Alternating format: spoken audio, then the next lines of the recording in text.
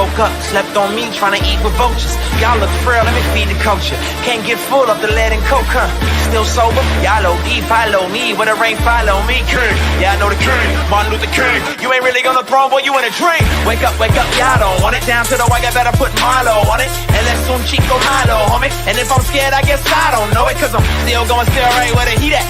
And where I ain't supposed to be, that's where I be at. And I spit that, sit back, listen to the truth for the sky crack, and the Lord get back. Or somebody wants to get back, and they click clack, leave you been back, thinking I just intact. Never left, but I've been back, cross on my bit neck, and I don't rap gospel, I live that. But I'm nothing but a gimmick. You see me in a club, funny, you was in it. Skip a cosign, shout out to the homie Kendrick. And all I hear is crickets when I run into the critics. Oh well, show tells me a lot when they tell me to rock. Keep my eyebrows raised, smell what I'm cooking. And the sales may drop, yeah, the meal may stop, but they ask for the truth, yeah, I'ma do it. They like how you do that now. Sound kinda nice, boy, who that down? Is everything real good, true and fair? But you probably wouldn't listen if you knew that down. If you knew that down.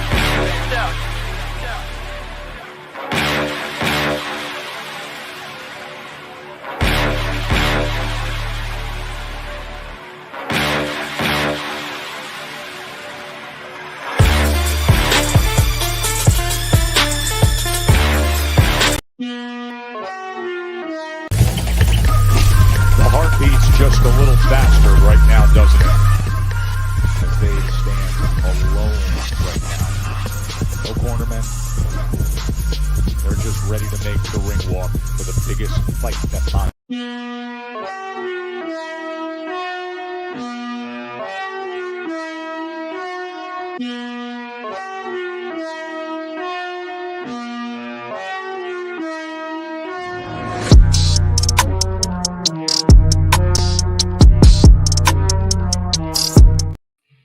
Black by the coast, keep your hands up, keep your chin tucked. It's the one and only Ghost with the shadow in the front.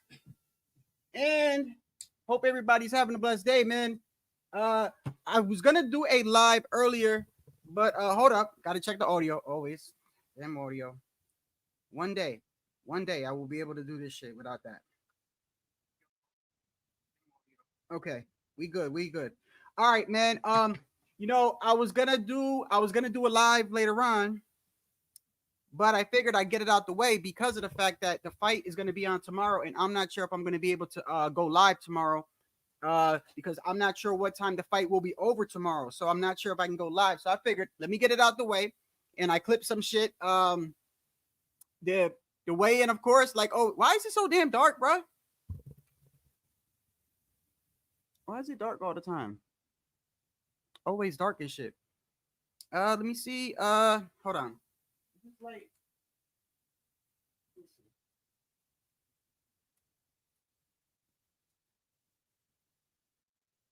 that too? It's too light, too bright. I don't like that. I'll leave it like how it is. I'll turn this up right here. All right. So, what was I gonna get to? Okay, got to get to the clips real quick. First off, obviously, you know that the fight. Obviously, both of them made weight. Keyshawn Davis made weight. There was a couple of people on the undercard that I actually saw, and I was like, damn, they're really fighting.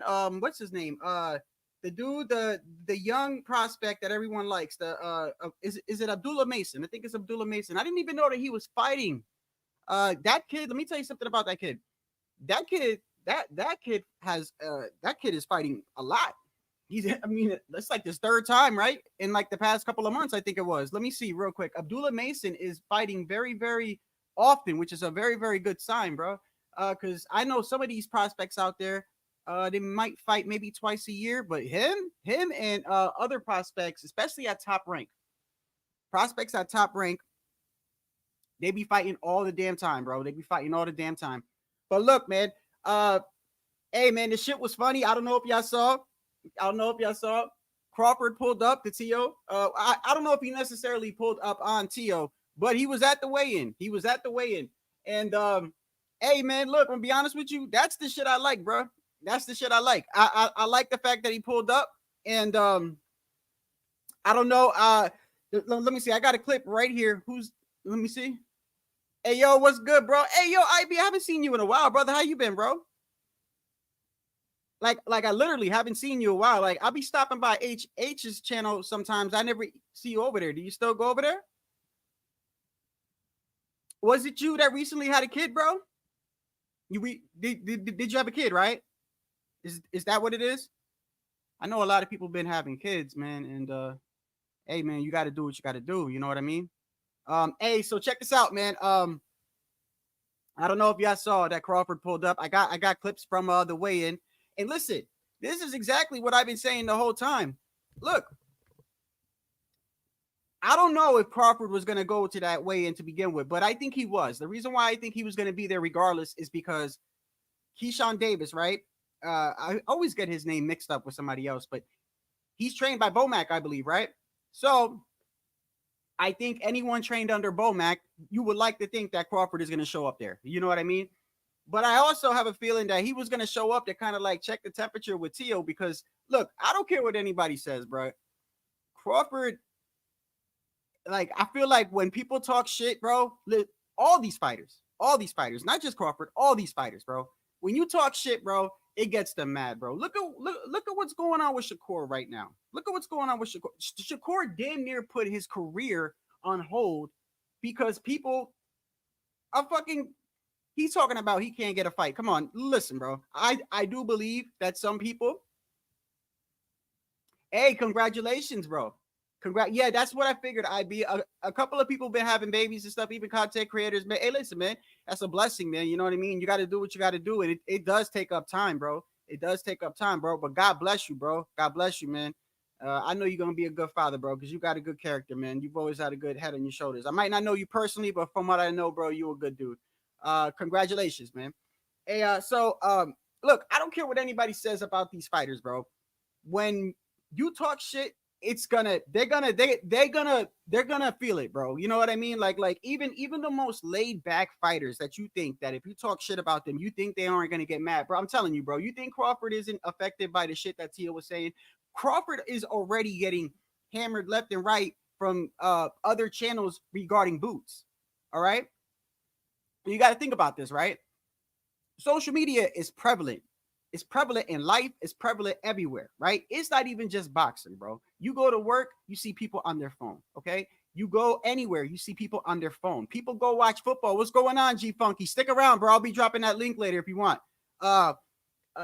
You know, even when people go to games, bro, people go to a football game. They want to watch a football game. I still see them on the phone, bro. I still see them on the phone. So there's no way in hell that he's not seeing what people are saying about him. Then you got Twitter, X or whatever it is, right?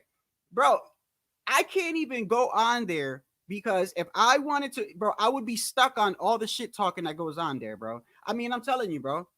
If Twitter was an actual boxing ring, oh my goodness, bro, they done had a million fights on there, bro. Just talking shit, and some of these dudes just tweet and delete. I don't know why, but it is what it is. But Crawford was there, and I don't know if y'all saw, but from what it looked like to me, shout out to Fight Hype and shout out to Fight Hub and shout out to the people that had Crawford on there. From what it looked like to me, it looked like Crawford was standing there, like kind of like checking the temperature, bro. I got a clip of it, and it is kind of funny, bro. But I had a feeling this was gonna happen because, and you know, I started thinking about something. In regards to what Tio has been doing. If you look, right, we talking about this yesterday. Tio, you know, around fight time does some crazy shit. And by the way, I don't know if y'all heard during the stare down, but Jermaine Ortiz got a lot of people supporting him, bro. It is what it is. That's good, bro. And I heard people in the background, which I have it clipped. It's hilarious, bro. It's hilarious. You hear people in the back. This is one dude, right? And one dude is in the back when Tio was staring Jermaine Ortiz. He's like, yo, where's your book? He's like, yo, where's your book at? You know, just stupid shit like that. We're just like trying to heckle Tio. That shit is hilarious, bro. And then Tio doesn't want to break the stare. I'll get into that in a second. But Crawford, bro. Did y'all see the video with Crawford walking around? I got it right here. I think it was Fight Hub. By the way, before I show you this, I apologize to Fight Hub because I usually say Fight Hype. And I don't know if they are the same. Does anybody know if they are the same or whatever? But I'm the type of person that I give credit to where the channels are, bro. You know, if I say I got it from you, bro, I'm gonna say I got it from you, bro. I don't think it's right to do that, bro. Just people don't realize, even small content creators like me, this shit it takes time, bro. Even little thumbnails and doing little videos, the shit takes time, bro. You know, so I don't want to show something without giving somebody their just due, bro. So this is Fight Hype or Fight Hub with Crawford. It's a short clip. It's kind of funny, bro. This shit is funny, bro. Right here. Saw T.O. weigh in. What you think about it? Man, fuck T.O. I actually made I made a better clip. It goes like this. Saw T.O. weigh in. What you think about it? Man, fuck T.O. Yes! Yes! Fuck you too! Hey, look, this is the shit I'm talking about, though. Hey, look, I'm glad you pulled up, bro. But I think he was gonna pull up anyway because of Bomac. But listen, I'm telling you right now, if T.O. puts on a good performance tomorrow, I'm telling you right now, I got a feeling, bro. I got a feeling that we might actually see Crawford and T.O. But the only thing that I think is going to be an issue with that, number one, is obviously money. But not only that, how is Crawford going to look if he fights T.O. but chooses not to fight Boots? Do you know how that's going to look? They're going to be like, so you're telling me that you're fighting the kid that's coming up from 140 pounds, but you won't fight the dude right here? That's gonna cost. So that's why I don't know, bro. You know what I mean? But I know one thing: the shit talking, it does get the people. You see what's going on with Shakur right now. I don't care what anybody says. That kid says he's in retirement because of the shit talking that people are saying, bro. And it is what it is. But that's what happens when you have a bad performance, bro. That was a very, very bad performance. But if we go over here and we go over to the weigh-in. Did y'all see the weigh-in? Obviously, I took clips from that. Both of them, I think T.O. and Ortiz came in the same weight, if I'm correct. I think they did. Let's go, Ortiz. Let's go, boy. Let's go. Let's go, baby. Let's go. 139.6 for the challenger.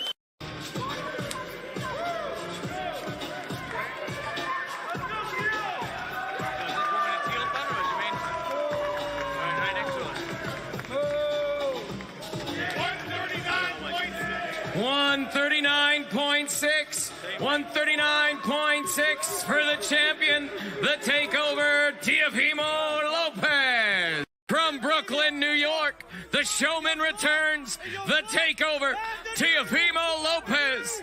12 rounds for the WBO Junior Welterweight Championship of the World.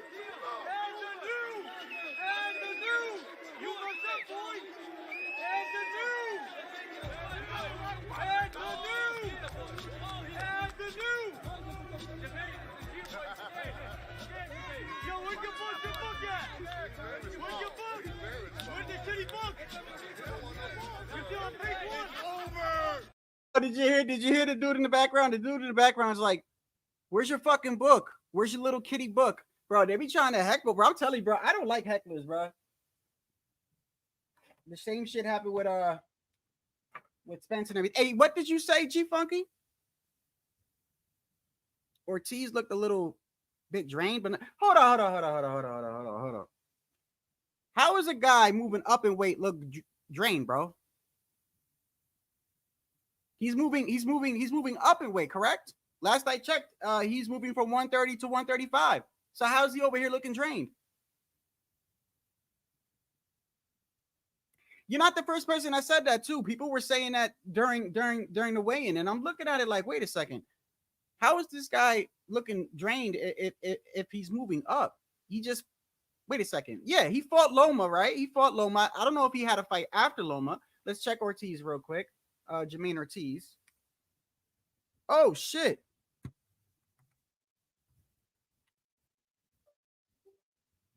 My keyboard. Okay. So Jermaine Ortiz right here.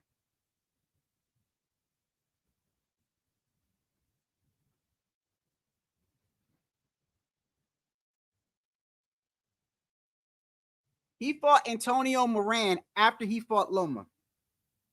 Okay. Now, let me tell you the issue with Ortiz that I see that's going to be a problem.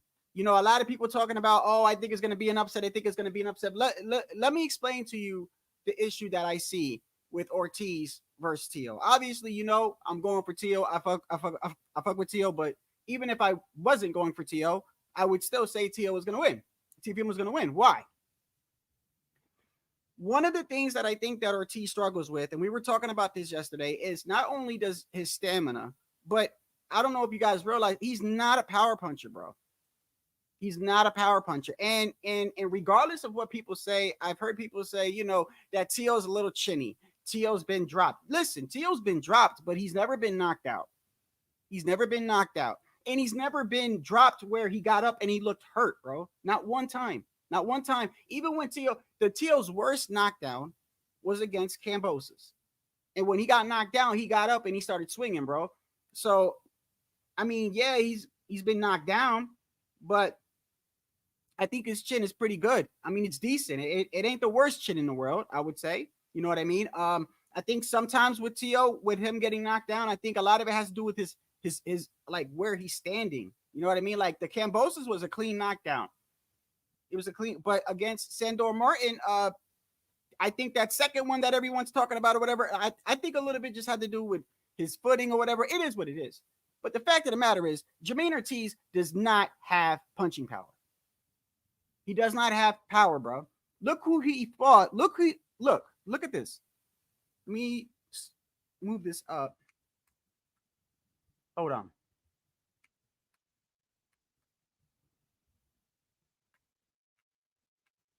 Okay. There you go. He fought Antonio Moran. Y'all know who Antonio Moran is, right? Antonio Moran is the guy that Devin Haney knocked out. I believe. Is that the guy that Devin Haney knocked out? Let me click on him.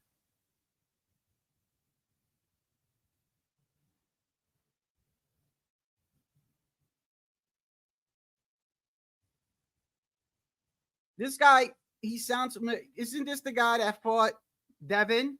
Right here, Devin Haney. Right here, look at this. Look at this. Devin Haney knocked this kid out, bro. Devin Haney knocked him out. And this is the Devin Haney from a long time ago. Knocked him out, bro. Now you have Ortiz who fought this kid. This was his last fight. And Ortiz went the distance with him. So I'm telling you, this is the issue that I think that people are not, I'm not saying not everybody, but I think a lot of people aren't realizing is that, bro, if he's going to have to outbox Tio, he's going to have to bank rounds, bro. And on top of that, he has a stamina problem. So you add in the fact that he's got a stamina problem. Okay. He doesn't have power. And then you have people like G Funky saying that he looked a little weight drained. And I don't understand how a man looks weight drained that he's moving up in weight. Can somebody please explain to me the madness with this? He's a big kid and probably has a big weight cut. Okay, yeah, but he's looking weight drained at his first fight, moving up in weight though, G Funky. Like that's just crazy, bro. Now, I would like to say this. I think that Ortiz is confident because he fought Tio in the amateurs. And I think vice versa. I think that's what it is. You know what I mean? But the more that I look at this and the more that I look at Jermaine Ortiz fights, listen, he did very well against Loma. Yes, he did. But he also, if you look at the ending of the fight, he did not do, he's gassing out. He's gassing out. And then he fights the fight after Loma, he fights Antonio Moran. The guy that Devin Haney knocked out. And Devin Haney knocked him out when he was at 135. We ain't talking about the Devin Haney now at 140. This is the Devin Haney, you know, and I'm not even saying Devin got puncher power still. I mean, it is what it is. He went the whole fight against this guy.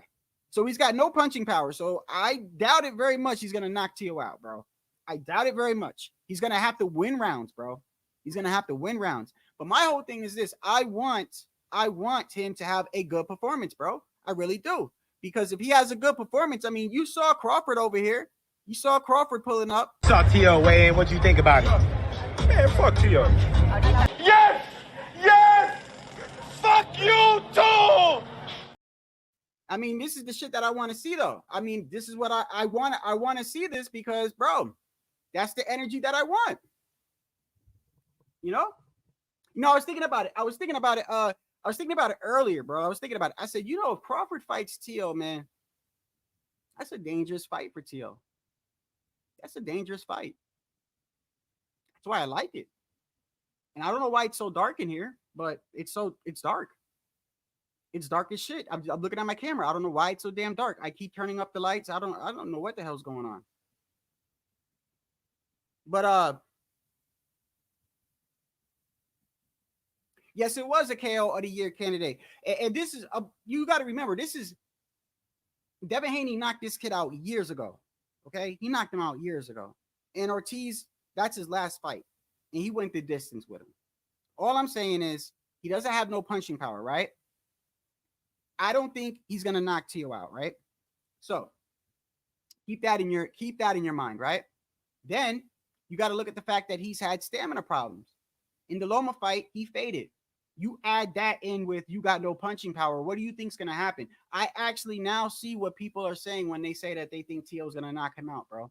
The more that I think about it, I'm like, yeah, if it happens the way I think it's going to happen, and because G Funky even said, G Funky's not the first person that said this. It's kind of crazy you said that, G Funky, because when I was watching the weigh-in live, when I was watching it live on the channel, all I saw was people saying, bro, he looks weight drained, bro. He looks weight drained. And I'm like, weight drained? He's moving up in weight. But regardless, you throw in the fact that he looks weight drained. I don't know. He looked all right to me. It is what it is. Looks are deceiving, by the way. But let's say he is. You throw in the fact that he doesn't have great stamina. You throw in the fact that he doesn't have good punching power, great punching power. I mean, it sounds bad or whatever, but listen, anything could happen, bro, especially when Teofimo Lopez is fighting, bro. Because this is why I like Teo so much, bro, is because I don't know which Teo I'm going to get. You know what I mean? It's like some fighters, you know exactly what you're going to get, and you know exactly what you're going to see that night. That's not how it is with Teo. It's like different every time, bro. When he fought Loma, he was really technical. Really technical. When he fought Kambosos, now we all know the whole Kambosos situation. I don't like to try to make excuses, even with the doctor putting her career on the line coming out, by the way, and saying that he shouldn't have fought. I go with he shouldn't have fought. It's your fault for fighting. But we all know that that's what happened with that fight. But even in that fight, Teal was just like straight headhunting, trying to like just fight. Okay? When he fought Sandor Martin, I actually watched that I watched some of it last night. Now, people kept saying, now y'all, a lot of y'all, even y'all in the comments too, I heard people say that y'all think Martin beat Teal. I don't know. I watched that shit over, bro, and I saw Teal chasing that man around the ring, bro. He was chasing that man around the ring. I'm not saying Martin was running, but damn it, he wasn't coming forward. Teal was definitely the aggressor. And that's after him getting knocked down supposedly twice. Teal, when he gets knocked down, he comes forward every time. We got knocked down with Kambosos. Look at what happened when he got knocked down with Kambosos. What did Teofimo Lopez do? What did he do? He got up and came forward and started swinging like crazy until the bell rang. When he got dropped by Murray, he did the same thing. So I think Teal's chin, I think a lot of it these are flash knockdowns. These aren't like he got up and he's hurt and he's stumbling. He's got to go to the corner and recover. Let me see. Remember when Devin got hit by Linares and he did like the little stanky leg, chicken leg dance or whatever, and he had to go to the corner and then he had to his father, Bill, that was the first time I saw Bill in panic mode. Go back and look at that. He sits down and Bill is just like, are you okay? Please tell me you're okay. That with Teo, those are flash knockdowns. Now, I'm just saying that if he is weight drained, not Teo, I'm talking about Ortiz. I don't know how a guy moves up in weight and he's weight drained. I don't know. I don't know what y'all seeing.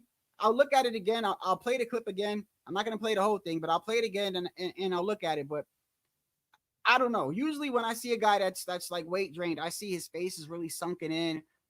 usually like right after the weigh-in, like immediately. I'm talking about fuck the stare down, right? I'm talking about right after he gets off that scale, he's drinking something. You know what I mean? If you're really that weight drained, the moment you get off that scale, you're gonna be drinking something, bro. In my opinion, you ain't gonna wait, go over, do the damn stare down, and his stare down with Tio was like 5 minutes, bro. 5 minutes. They went to break it up, and Tio didn't want to break eye contact, so Tio was just like right here on the side, and that dude in the back, bro, whoever is from Ortiz's camp, bro, he kept saying to Tio, "Where's your book at? Where's your little kid book?"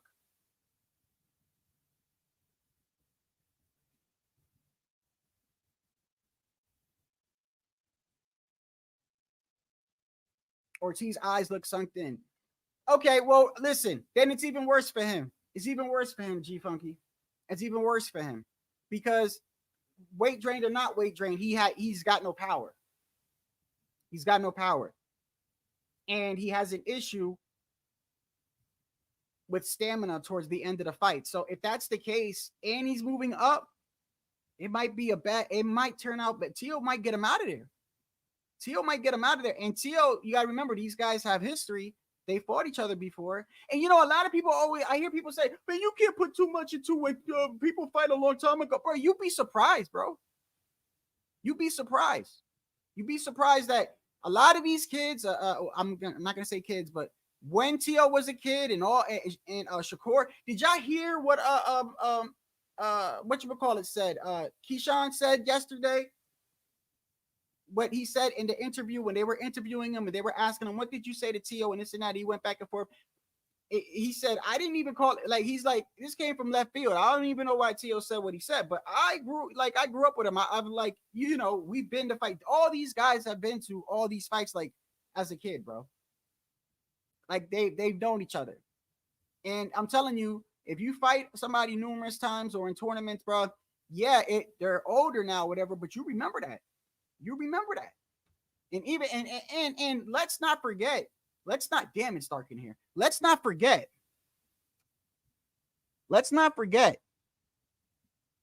that human beings are creatures of habit. So unless you've literally worked on it every day for the past couple of years, any bad habit you might have had, whether it's keeping your hand down, whether it's not having a good jab or whatever, these are things that you could work on. But sometimes people have a habit. Like, I don't know if you noticed with Tio, right? And I've noticed this before too. When Tio starts getting into the groove, like when he starts, like, when Tio is in the groove, because sometimes he'll kind of showboat a little bit, but when he does that, even when he's not doing that, but when he gets in his groove, you'll notice that Tio keeps his hand down. I was just watching the Taylor fight. ESPN uploaded the Taylor and Lopez, not the whole fight, but they uploaded a 9-minute clip of the highlights. Go look at those highlights, and you're gonna see what you're gonna see is when the fight first starts, you're gonna see Tio's got a very tight guard. His defense is very, very good. It's very sharp. Then as you see, as the fight goes on, you're going to see Tio starts getting in that little rhythm, in that mode, and you're going to see his hand lower. Now, I don't know if he's doing that to bait the guy in. That could be, listen, I'm telling you, bro, he could be doing that to bait you in. I don't know, but I notice it every time. And if I notice it, you know what I mean? But the thing is, this is what goes back to his chin, though. I think Tio has a good chin, bro. I think that just because he's been knocked down, I don't think that he has a bad chin, because he's never been really hurt. He's never been hurt. I've never seen Tio dropped and got up and was like, and the ref is like, walk over here, walk. You know how the ref goes, walk to me. What? Like, he's trying to see if your coordination is right. That never happened to Tio. It's just like, you good? Okay. I know you got knocked down. Go ahead, fight. And hey, what's going on, bro? You was here yesterday, wasn't you, Budo? Yeah, I was gonna say, Jonathan. Yeah, and it's crazy because I know. Listen, I'm not the only one. You guys watch boxing just as much as I do, so I know y'all be noticing shit. I be noticing that when Tio gets in the groove, like that is never, it's always when it's never the beginning of the fight. It's never the beginning of the fight. In the beginning of the fight, the first 2 rounds, Tio's defense is usually, except for that Kambosos fight, but a lot of shit was going on in that fight. Still, no excuses, he lost. But still, a lot of shit was going on. His defense is really, really tight, really, really good. And then at somewhere along the line, when he starts figuring out like what you're doing, your patterns and shit like that, once he figures that out, and then Tio gets in that groove, and you'll know he gets in the groove because he'll start showboating a little bit, but then he'll be catching. The thing with Tio, what makes him a great fighter, is he throws weird punches sometimes. Remember when he jumped from like 5 feet and hit Taylor with like a jab? He literally was like over there. He jumped with a jab, bro. I've never seen that shit before. And he was catching him. And let me tell you something that Tio has that is very dangerous. That's very, very dangerous. And he wasn't doing it for a while. And I was like, damn, bro, like, where is that? But then he started doing it again when he fought Taylor. And I was like, okay, he got it back. And that is his counter uppercuts. Tio is nasty with them uppercuts, bro. He will wait for you to throw a punch and just get in range. And what's crazy about it is there's times where he's willing to take your punch to land that shit, bro. He did it like 3 times against Taylor, bro. Go look at I was just watching that shit before I went live earlier, before I went to the supermarket, bro. I was like really looking at it because I'm looking at it and I'm seeing Tio drop his hand, and then I'm also seeing like he's baiting him in with that uppercut. And there was 2 or 3 times where Tio actually was like, I'm gonna take his shot just to fucking land this uppercut. And every time he landed that uppercut, he hurt Taylor. You could even hear Andre Ward, who's obviously there, and obviously these guys are biased sometimes, but even Andre Ward, who's right there, he's like, that hurt Taylor. Every time he landed an uppercut, he was like, that hurt Taylor. Tio's uppercuts are nasty, bro.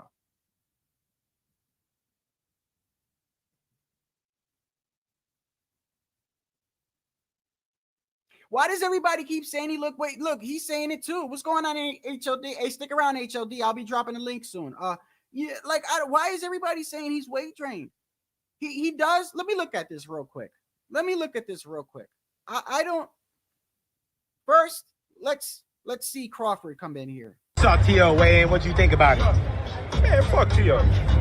Yes! Yes! Fuck you too! Let's go, D! Let's go, boy, let's go! Let's go, baby! Let's go! 139 points. His eyes do look sunken, bro. Wow. You know what? I wasn't paying attention to that. His face does look kind of shrunken, right? Let me look at the difference real quick. Let me see how he looks and how Tio looks. Man, anybody that has StreamYard, when you upload a clip to the little clip section, right? Once you play it, it just plays, right? You can't pause it and go back and forth. I don't think you can, but Let's go, D! Let's go, boy, let's go! Let's go, baby! Let's go! 139.6 for the challenger.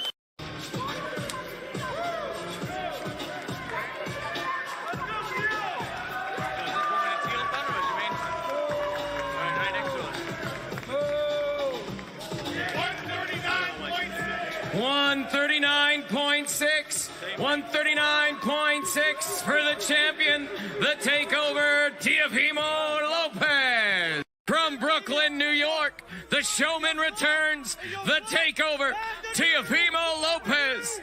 12 rounds for the WBO Junior Welterweight Championship of the World.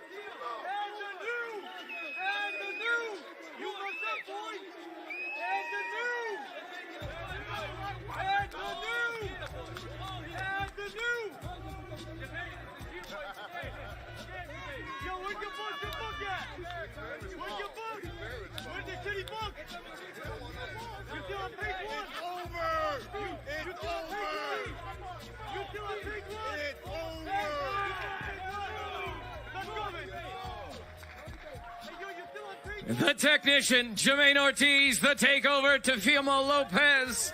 12 rounds for the WBO Junior Welterweight Championship of the World. From right here in Las Vegas, Nevada, inside the Michelob Ultra Arena, Mandel. Damn, Teal didn't want to break that stare, bro.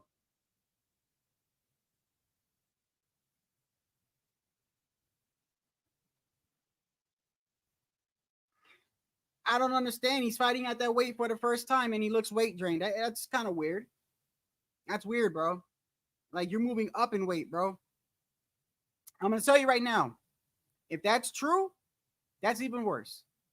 That's even worse because, like I said, he's got no power. He fades during the end of the fight. And you add in, and look, if he's really weight drained, like y'all saying, right? Like how he looks, that means he's going to get tired quicker. So if he would have got tired like in round 8, now it's going to be like round 5, round 4. And I'm telling you right now, Tio is trying to make a statement, bro. He's trying to make a statement. Tio has already said 2 times already, I'm going to knock him out. Now, usually, Tio, like, you know how people say, oh, come on, all fighters say they're going to knock him out. Yeah, but Tio doesn't usually, like, be predicting a knockout or nothing like that. Usually, I'm going to fuck him up or whatever, right? It's the first time I'm ever hearing Tio, like, bro, I'm going to knock this kid out.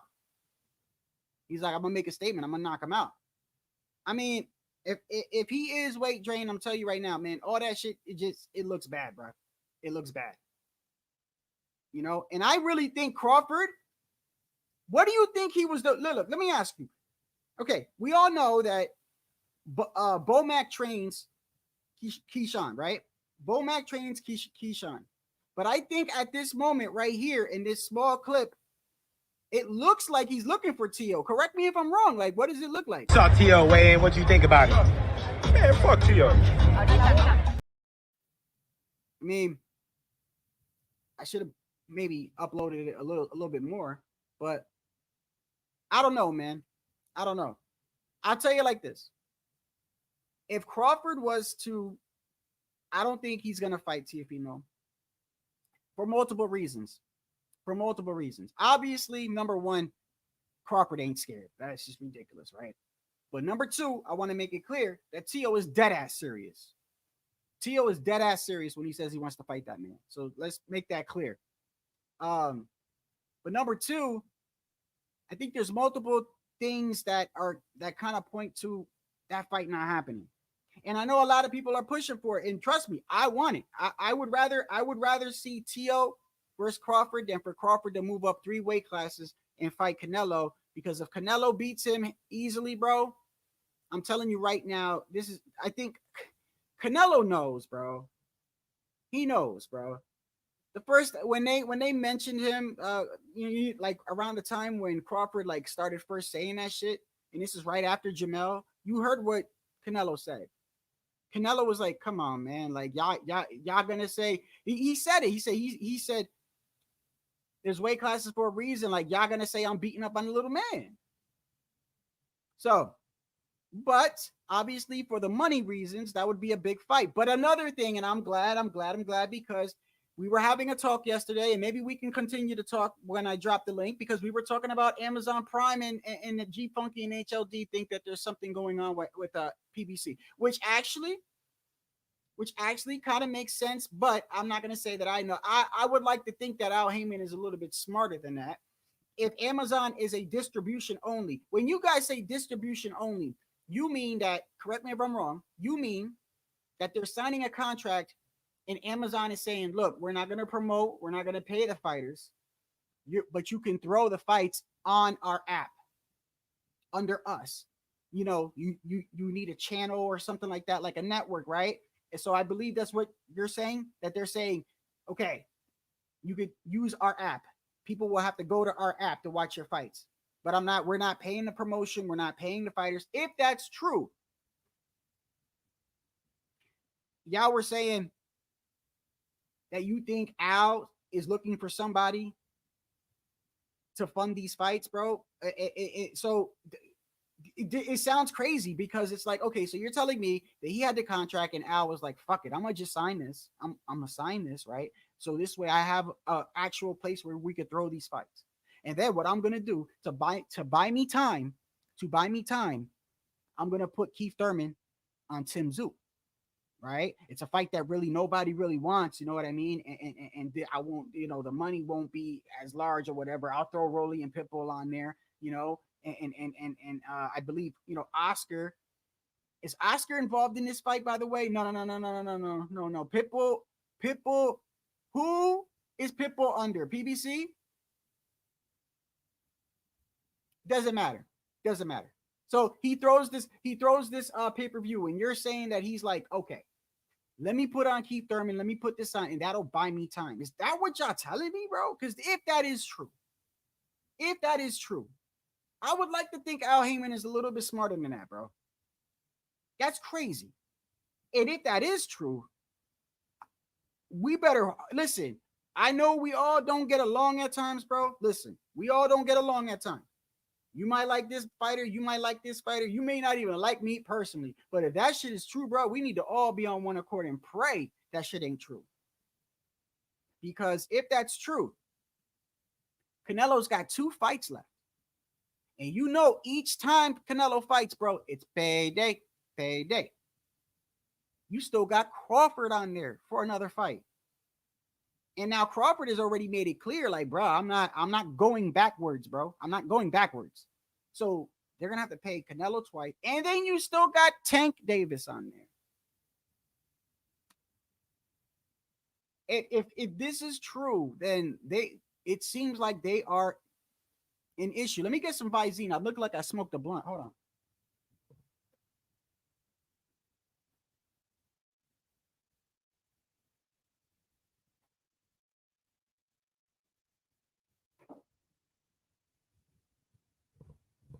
Hold on 1 second. That's crazy if that's true, bro. I would like to think Al Heyman a little bit smarter than that.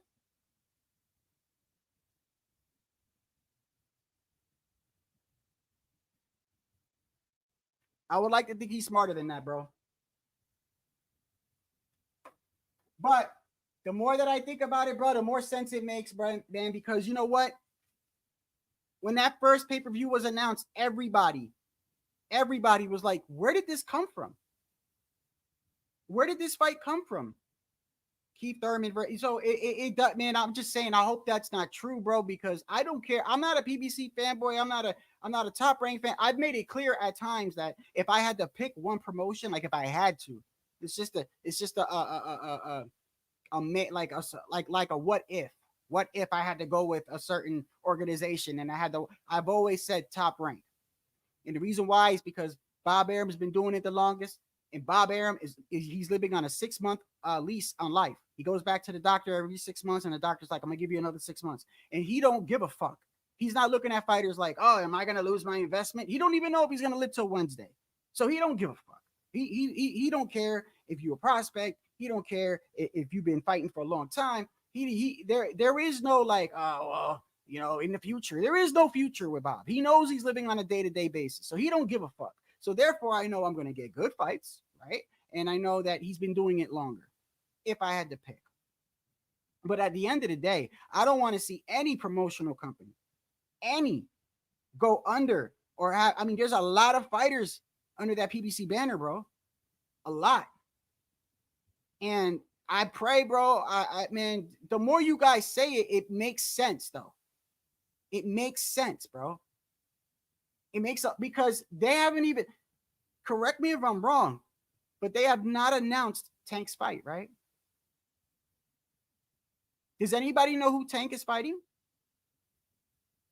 We know that they did not announce Canelo, right? You know, everyone's, and I said this yesterday, and I'm going to say it again, bro, because I still see it. I still see it. These dumb motherfuckers out here still getting on Canelo as if he ducked already. Bro, they haven't even made it official, bro. They haven't even said, oh, he's fighting this guy on Cinco de Mayo, and then he's fighting David in September. They haven't even said anything, bro. And these dudes are like, yeah, he ducked. I mean, it's just, I'm telling you, man, the unfair criticism that Canelo gets at times, it's kind of fucking crazy. I'm not saying the man shouldn't be criticized, but I'm saying some of the shit is unfair. Because the same people that do that to him, right? Y'all need to be applying the same pressure to the other fighters, bro. You want him to fight Canelo on Cinco de Mayo and then fight David in September, right? Okay, well then Shit, have fucking Crawford fight Boots or Tio and then fight Canelo, and then have David fight Morrell or something like. You see what I'm saying? If you say it like that, they're like, oh, come on now, like. No, bro, like that's a lot. Bro. I've never seen a fighter. Imagine Canelo fighting on Cinco de Mayo, and then Crawford, and then turning around in a very next training camp fighting David Benavidez. Bro, you're asking a lot, bro, even for fucking Canelo. I mean, that's a perfect world for me. That's a perfect world. If I had to pick, I want to see David, bro. I want to see David and Canelo. I want to see David and Canelo. Let me repeat. I want to see David and Canelo because I honestly think in the bottom of my heart, that fight is not going to go the way a lot of y'all think it's going to go. It's not going to go the way that you think it's going to go. I think a lot of these people that be calling up, shout out to the Boxing Voice. It's one of the channels that I watch, and they have a phone line that calls in. By the way, I've been thinking about actually adding a phone line. I know some people don't like clicking the link, so I'm thinking maybe if I add a phone line, more people will call and show up. So I am going to be doing that. G Funky, you gave me the info about the things that I need for that. I might have to hit you up again. So if you could send me you have my email, all right? Just message me somehow. I would rather see, okay, so with David, I don't think the fight's going to go the way that y'all think it's going to go, bro. Because a lot of these people that I'm talking about, when I say these people, I'm talking about the people that have been saying for years that Canelo's been running from this kid. They really think it's going to be a slaughter, bro. They really think the bell's going to ring and David Benavidez is just going to walk over there and just start walking Canelo down. You're out of your fucking mind, bro. You're out of your mind if you think that. Canelo's chin, probably the best chin in the game, bro. Best chin in the game. Defense, very underrated. Now, he is getting older. And he's not using his legs like how he was with Triple G and stuff, but he still can do it. People said, oh, he didn't show his defense last fight. He didn't have to. He was chasing Jamel, bro. You don't have to use defense when the guy's running from you.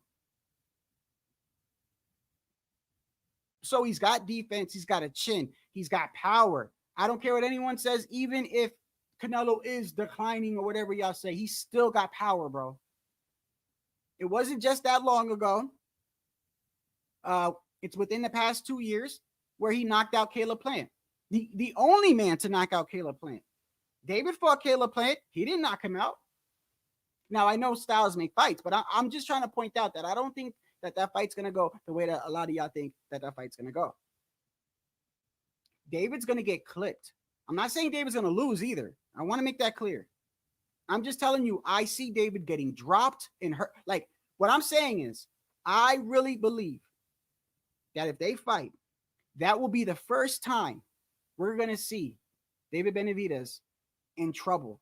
Some sort of trouble. Dropped, stunned, something. Because I'm telling you, right, the way that his style is, and it's, this is why David is so exciting. Look at what he did to Boo Boo, bro.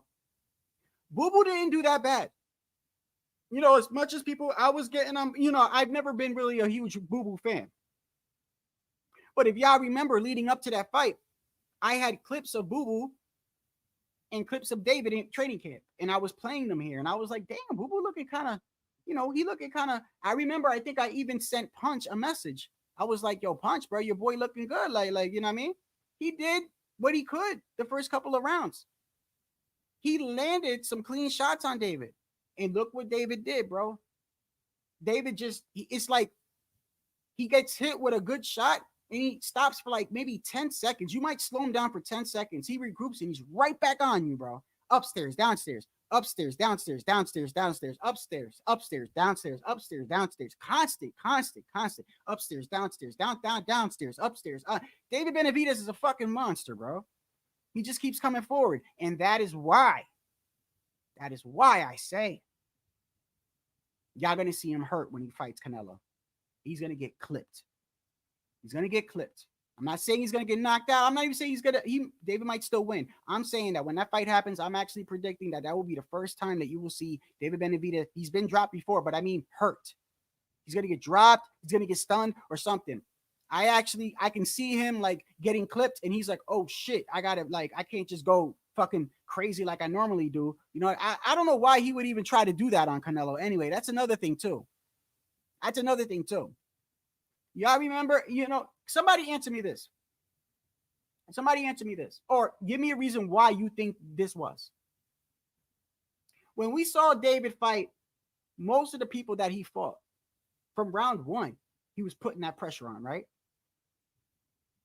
But not when he fought Caleb Plant. Not when he fought Caleb Plant.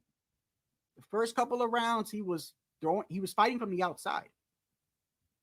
Now, I don't know if it's because if it's because maybe Plant had that devastating knockout that he just knocked out, like coming off it.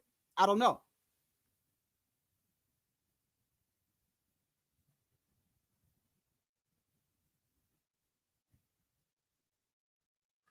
Right, Sergeant. Look, all I'm saying is this, bro. I think people keep forgetting, bro, that Canelo hits hard, bro.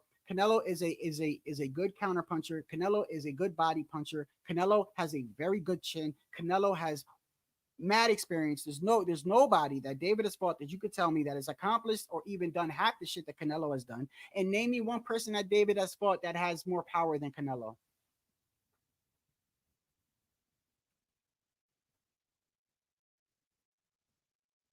Hold on one second.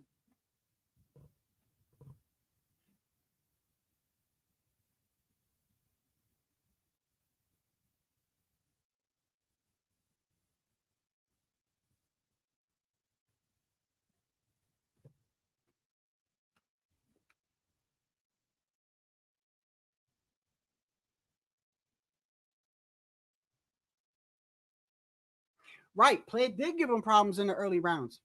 And this is what I'm saying. Plant, he had that one knockout against Darrell. It was a bad knockout. Don't get me wrong. It was a very bad knockout. I mean, Darrell was really not, he was really hurt, bro.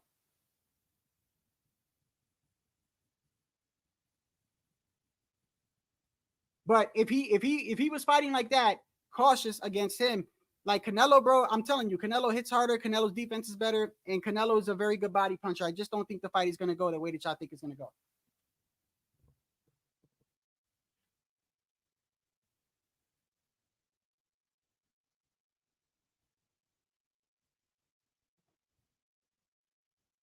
My bad. I'm going to be dropping the link soon, so this way you guys can talk, because I think I have to take care of a couple of things. But going on this, bro, I just think that a lot of people don't. I think like that fight is not going to go the way that I think that a lot of people are going to go. You got to understand that a lot of the people that are wanting Canelo to fight David are the same people that are going around saying that, you know, he's been running from him and this and that. And a lot of these people just want to see Canelo lose. They're not going to, even if Canelo wins, they're not going to be like, they're not going to give him credit afterwards, bro. Don't think that if Canelo was ever to knock out David, if he ever knocked David out, like they're going to turn around and they're going to be like, oh yeah, I was wrong about Canelo. That's never going to happen, bro.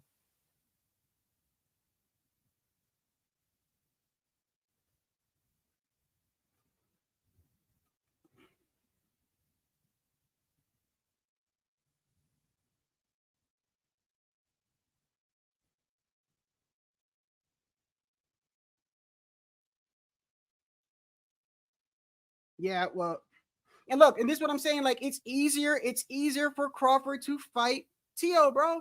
I don't understand. It's so much easier, bro. It's so much easier. Saw T.O. weigh in. What you think about it? Man, fuck T.O. Yes! Yes! Fuck you too! That fight is so much easier, bro.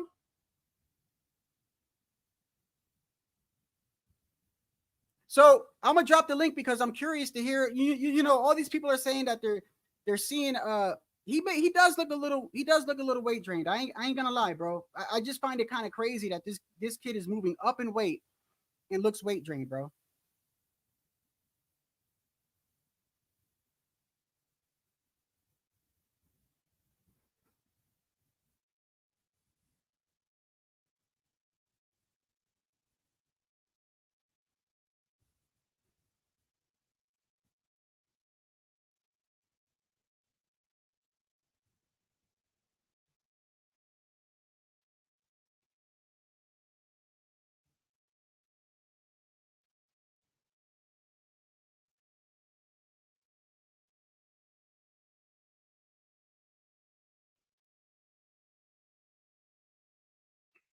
I don't know. Hey, listen, man, Bud, let me tell you something.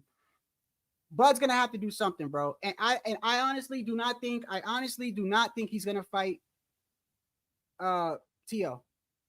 Because how would it look? How would it look if Bud goes and tries to fight Tio, and he tries to fight Tio? Oh, what's going on, brother? He tries to fight Tio, and they're gonna say, "Well, why did you fight Boots?" You already know what they're gonna do, bro. They're gonna say, "Why didn't you fight Boots?" And I don't think he wants to hear any of that. Not only that, but Crawford is not gonna get nowhere near as much money, bro, than if he fights Canelo, bro. That's just common sense, bro. But if Amazon Prime is this whole PBC shit, if it's really like got some shit going on in the background, bro, I don't know, man. I'm kind of worried for boxing. Oh, so am I, man. And I think maybe some people took this away from our conversation about it last night that I'm happy about. No, I'm not happy about this at all. You know, like the more boxing, the better, obviously, for all of us to watch, you know, because we love watching boxing, but also it's bad for the business as a whole, you know. This is one thing that a lot of fans don't understand about the business of boxing is that we all work together, you know, all promotional companies work together to do certain things from time to time. So if one is gone, yeah, it hurts everyone, you know. So yeah, the fact that Heyman, like I said yesterday, he tried to come in and reinvent the wheel by, this is what he said. He wanted to take care of the fighters, pay them more money. And, we hear that all the time from fans as well. Like, oh, these guys, they risk their lives and, they should be getting paid as much as possible, I mean, look, the thing is this, man, it's a business. So you're going to earn what what your value is in the business. Doesn't matter if you're, but I still find it hard to believe, bro.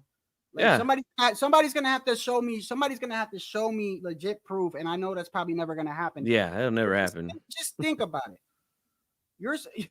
What you're saying is just, it's crazy.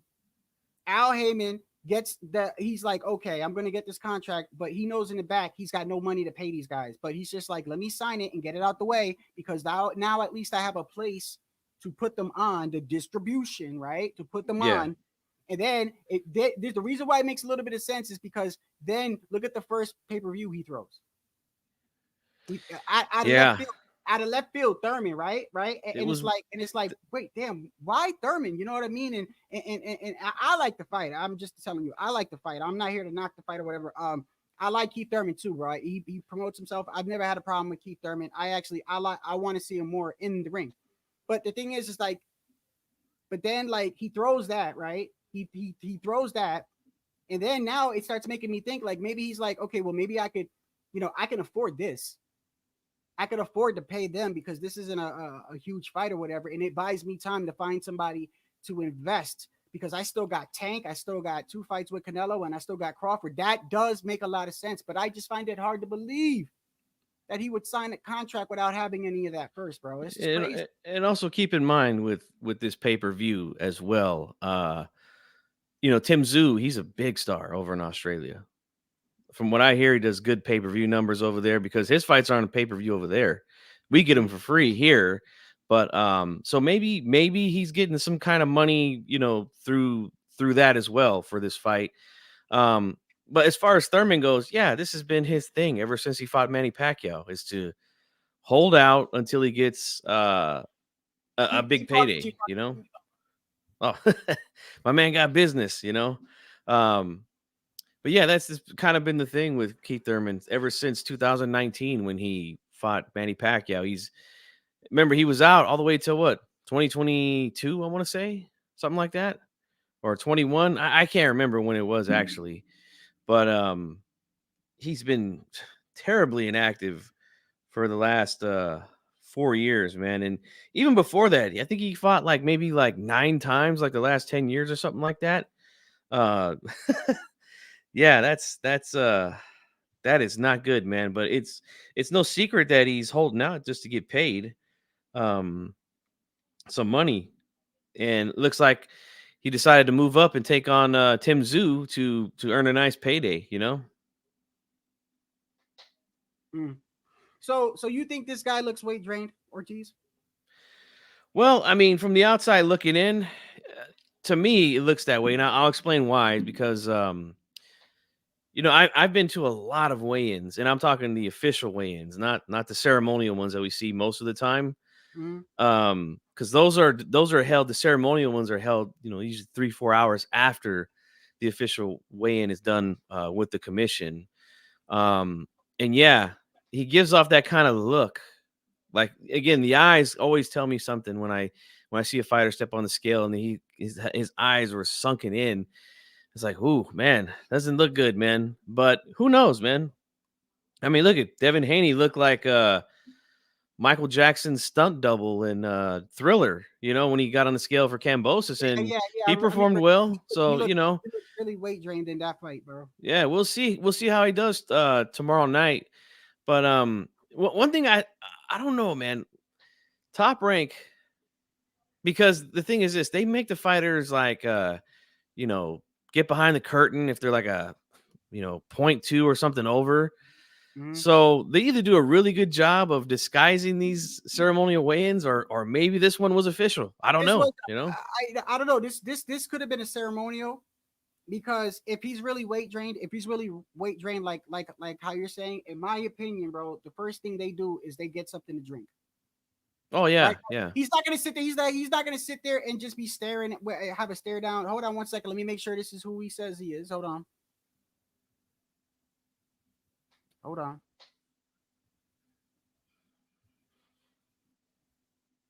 Yo.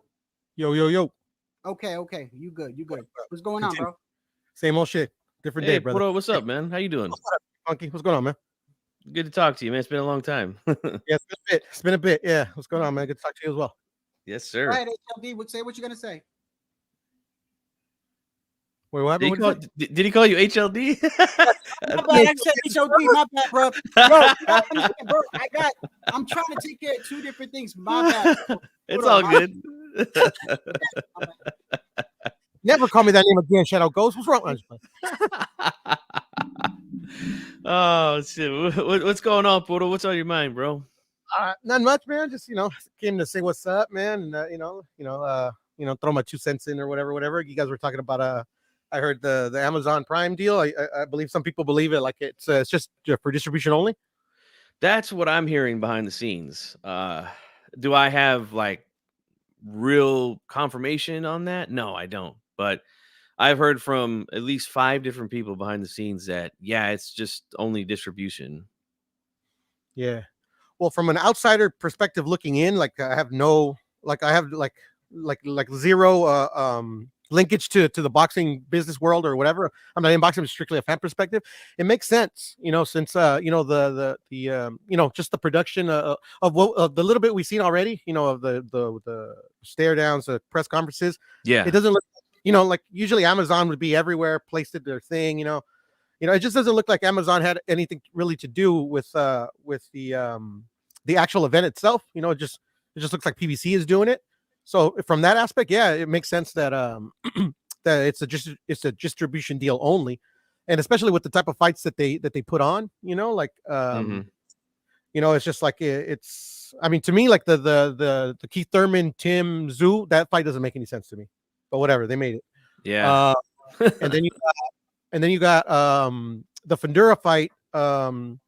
He's fighting. What's his name? Oh, that's right. Fundora is fighting. I forgot who he's fighting though. Yeah. Wait. Yeah. Fundora is fighting on this card.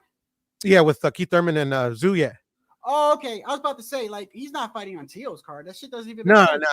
We're talking about the Amazon and about their first pay-per-view or that Fundora kid. Oh my god! Like, he looks freakish on TV, but I met him last October. Oh my god! Like, it is crazy to see. Like, bro, with your own eyes.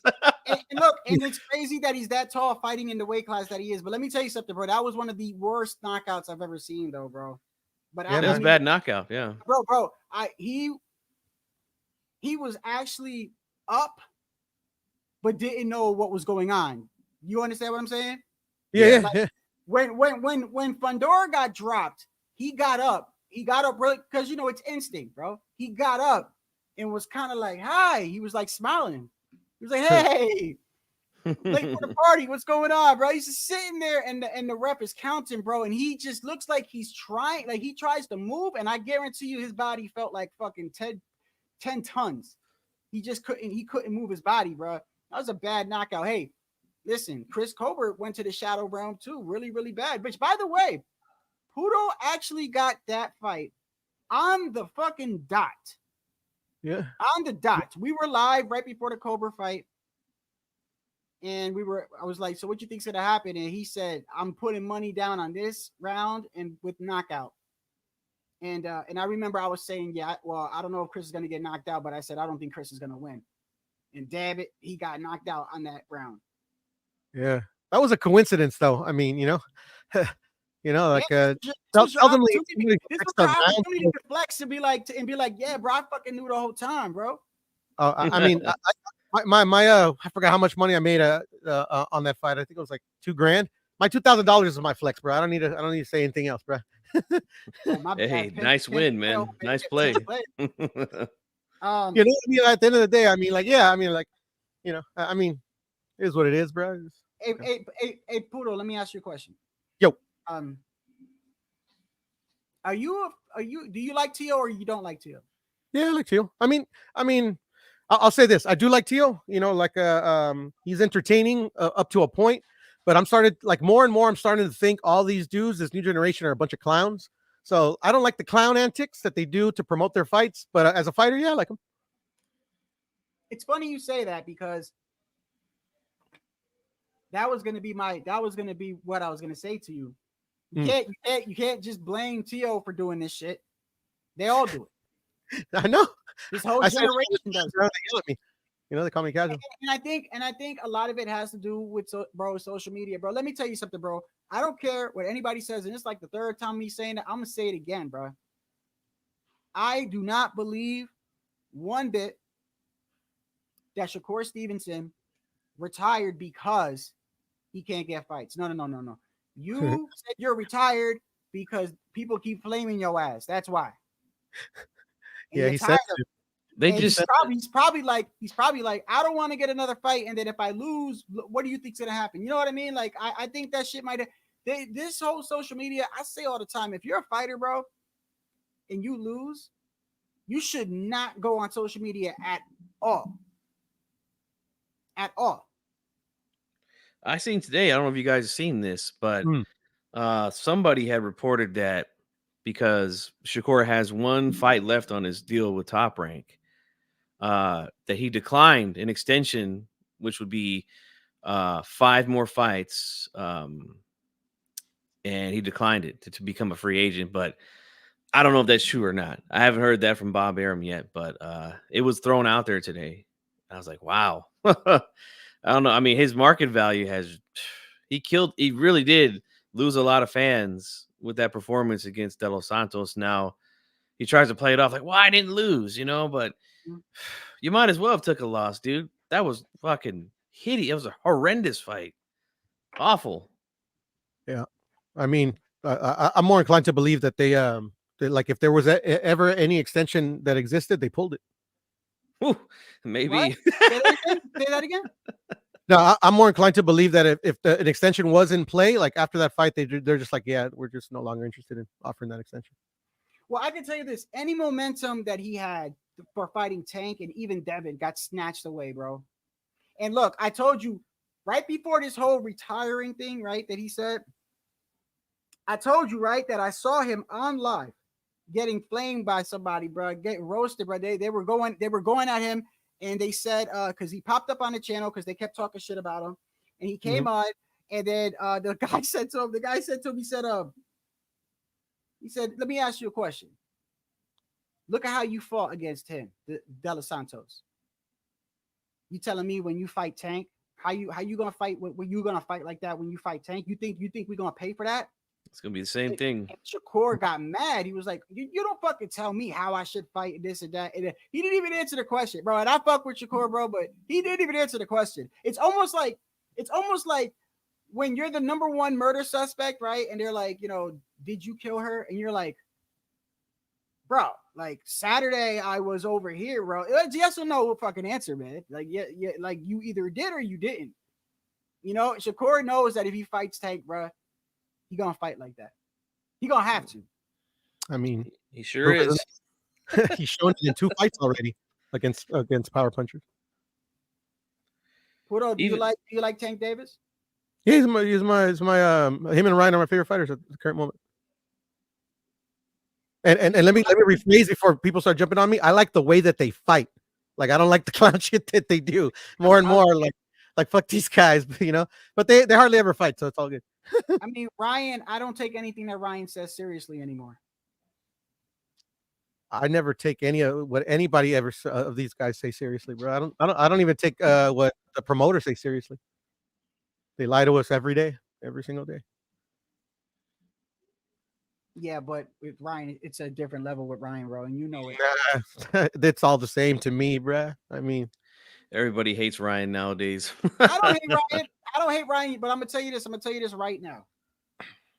It really pissed me off that he went live and said on social media, this is why you should never, in my opinion, ever say anything on social media, ever make no promises.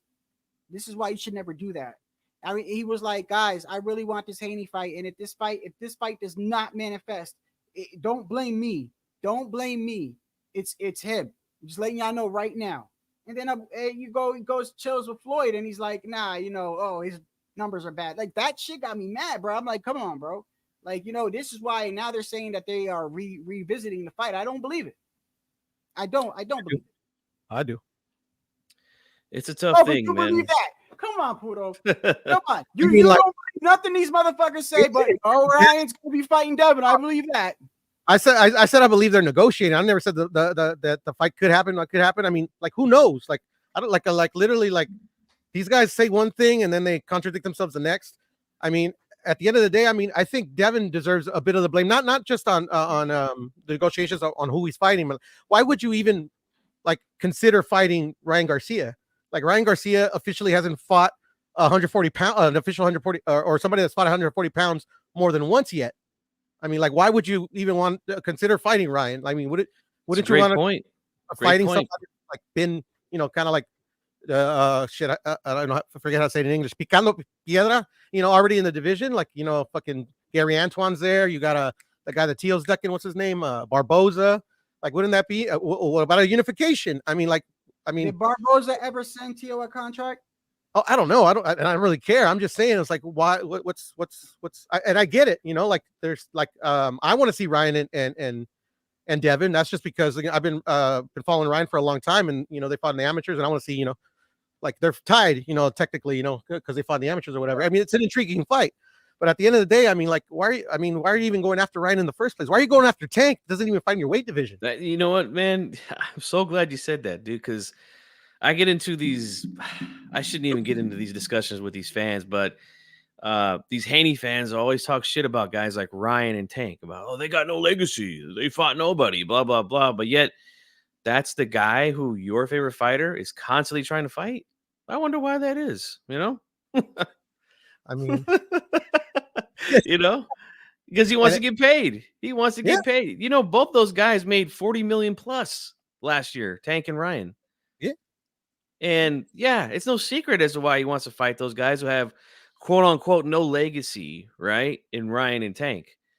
So, but look, I highly suspect that the problem with Devin and getting these fights is that they look to get too much money, man. They demand too much, and that's why guys walk away.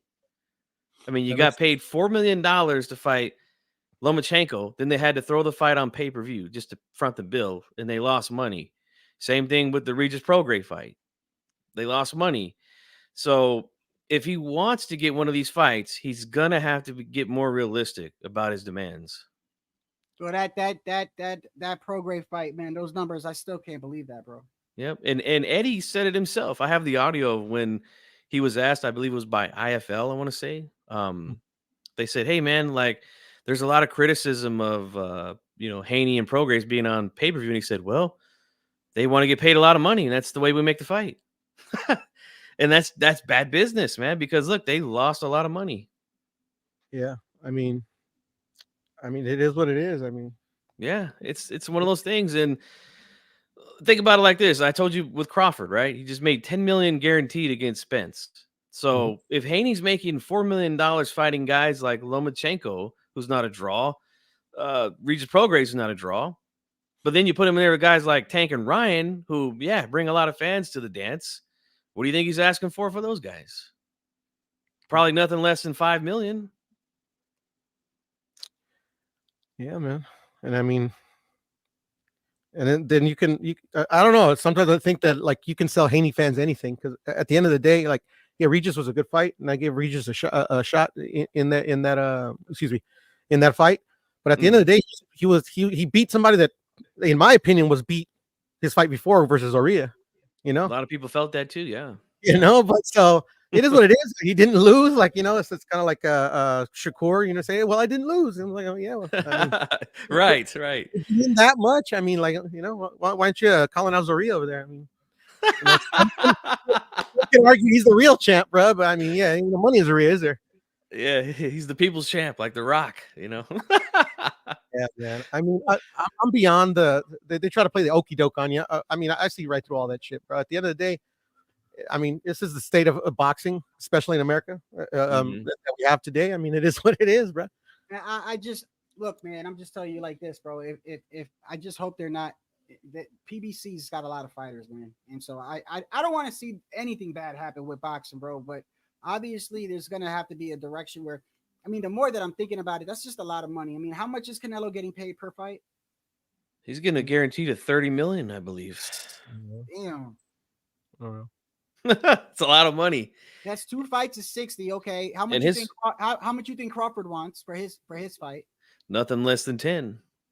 Guarantee that. And if That's it's Canelo, Canelo, it's probably gonna be 20. What about Tank? What about Tank? Tank? Probably same. Nothing less than 10. Canelo's no. Yeah, I heard Ellerby say the other day that he made, I think his guarantee was 8 figures for the Ryan fight. So that's before the numbers came back that it did 1.2 million pay-per-views. Yeah, he was already getting 8 figures. So That's the number, by the way, on the dot. what's that? I said I called that number, by the way, on the dot. The pay-per-view buys. Nice. I wanted to flex a little bit.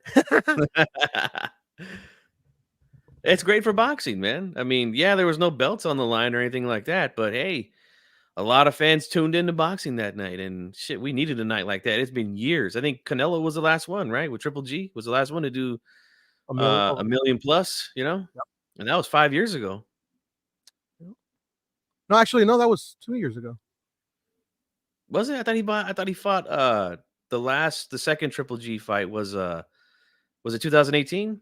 Oh no, but I'm talking about the third. The third sold over 1 million. Oh yeah. Well, that was when you count the global numbers, yeah, I did 1 million. But I'm just talking like strictly US market, because they never release those numbers. So I'm like, so the numbers that I get from an official source, I just go with those. Yeah, and I love the fact that it did 1 million too, all over the globe. But the issue that I have is the market here is really bad, and if we can get more big events like we saw with Tank and Ryan, it doesn't have to be those two, but somebody, like that's why I was really happy that Spence Crawford did so well. It exceeded expectations. I think PBC's estimates were like 400K for that fight, and they would have broke even with that. So it went over expectation. That's good, man. We need more successful events like that, man, in boxing. I thought the live gate, the actual fight. Hold on 1 second, Omar. Look, man. Oh shit. It's okay. Listen. I don't know why people don't come over here as they are, but if that's what they're doing, fine. I don't really care who it is. I don't care. I don't. Let me say this again. I don't care who y'all are. Like, if y'all come as yourselves, it's fine. It's like, I'm not gonna be like, oh, that's this guy. No, I mean, unless you've done something like crazy in the past. But I'll tell you right now, it doesn't matter whether you're under this avatar or you're under your real name. You do some fuck shit, same shit's gonna happen to you every time. So, but I don't care. But go ahead, man. Thank you. No, I appreciate it, Omar. I was just saying, I thought it underwhelmed, to be honest, especially the way they sold it, the fight of the century and all that. But I mean, it still did. I mean, in my opinion, I still don't think I, at least for me, have an accurate measure of what's a good pay-per-view, like what's a successful pay-per-view. You know, because like before the pandemic, like 700,000 for a fight that the way they sold it to the public, to me is like, oh man, it's a total bomb. But you know, yeah, the pandemic has hit, you know, and for me, I just think it's too early to kind of like gauge what that number is, you know, because like Canelo still hasn't hit, like other than Triple G hasn't hit over 1 million, you know, pay-per-view buys, but also he hasn't had one of those big fights that you would expect it to do over, Exactly. Yeah. you know. So yeah, to me, it's just all I did for the Crawford, what I get from the Crawford and Spence fight, the numbers, I just thought it was a litmus test to what the market is. Like literally, to me at the time was the biggest fight that could be made in American boxing, and I thought it underwhelmed. You know, and when the actual fight actually occurred, where it was kind of like, I wouldn't say it was a snoozer, it was just a one. It was a one. It was lopsided. Yeah. It was exactly like, and I think even the staunchest haters and the guys that are just in the middle, we all pretty much agree that nobody saw that coming. No. Like 50-50, 60-40, whatever. Nobody saw a one-sided ass whooping coming. I didn't, at least. I thought I had always said this ever since there was any kind of real like talks of the fight happening, that Crawford would win and would win comfortably. And I'm talking like maybe like a 9-3 or a 10-2 type of UD, you know. Mm-hmm.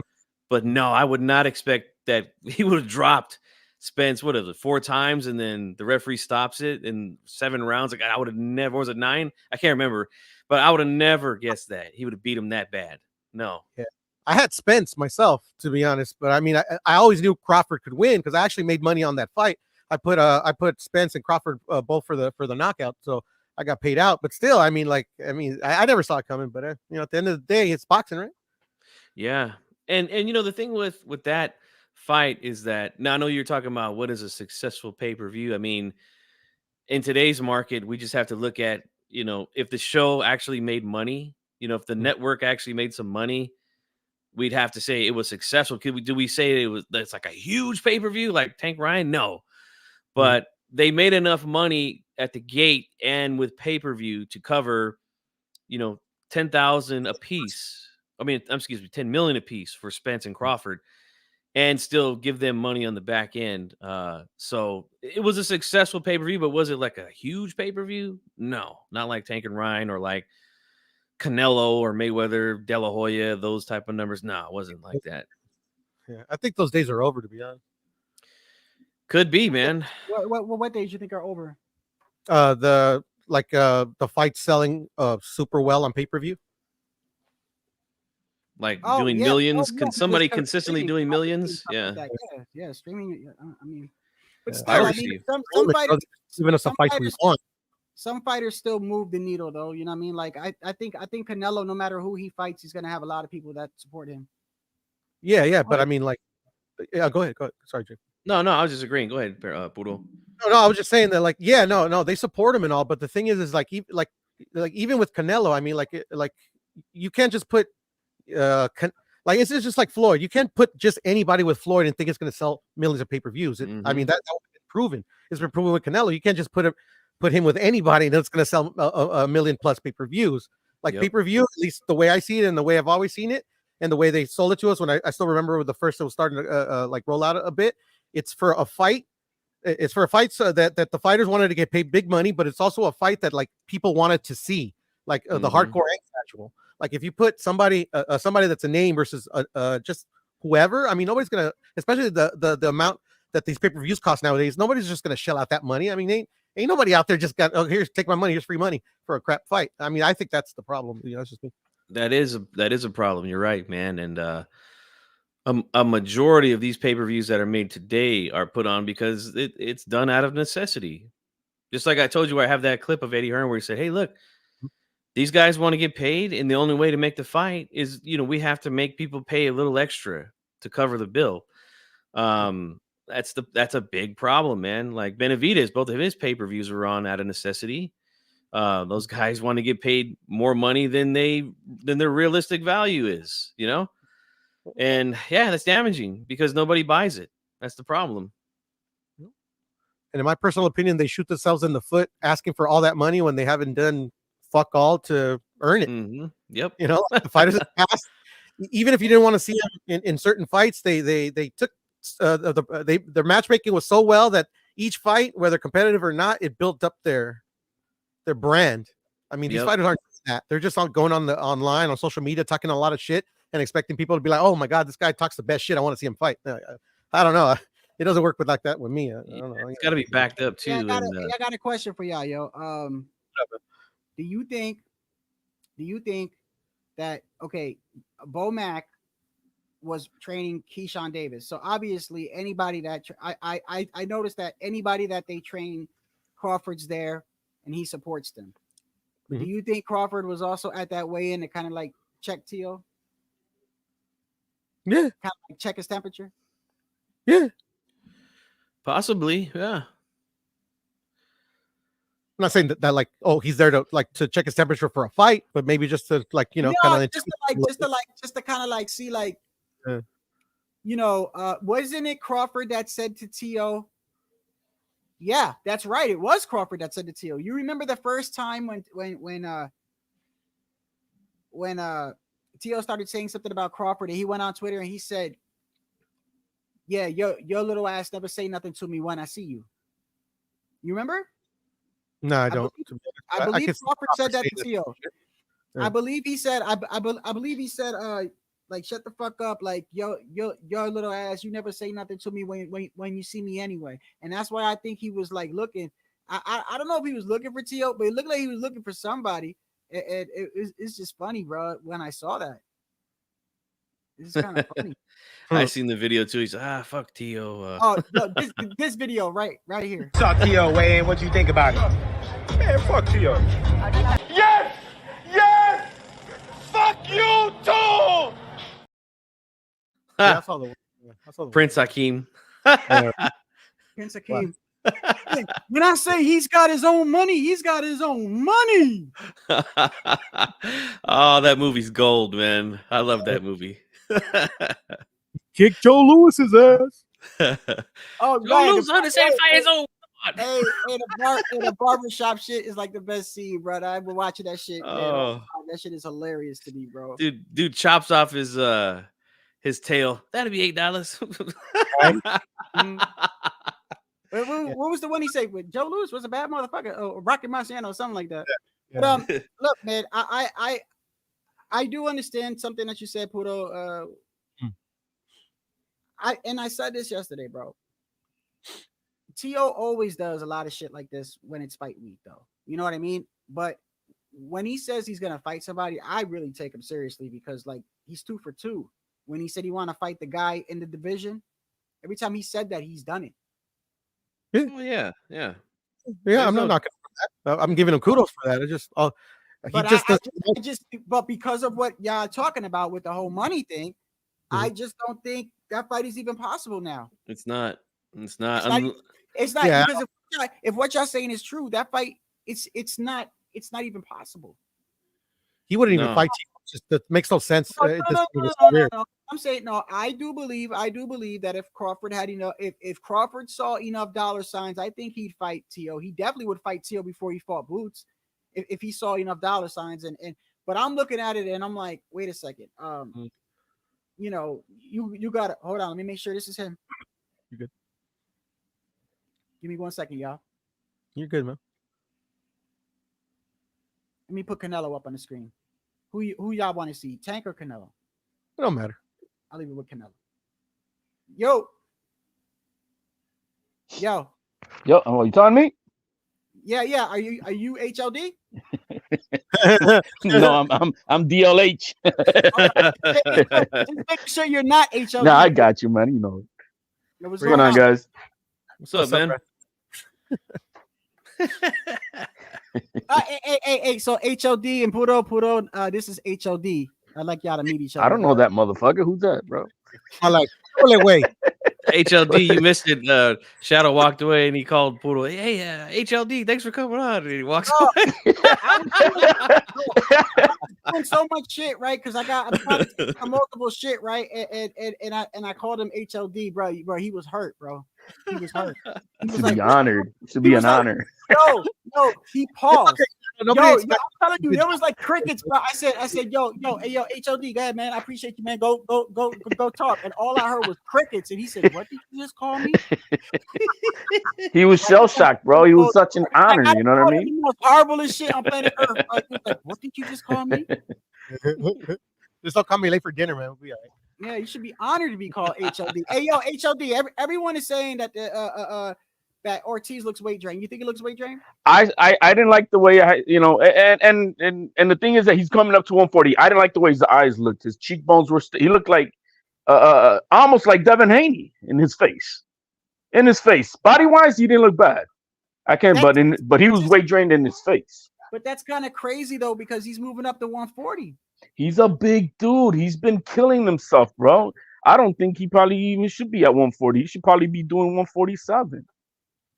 But he's not tall enough, I think. So I mean, that's probably what it is. Yeah, but we'll see. I agree with you, HLD. I was stating that earlier when I first came on because like I've been to quite a few official weigh-ins, not the ceremonial ones, and like you see a lot of guys, yeah, they have that sunken in eyes and the cheekbones and everything is just, yeah.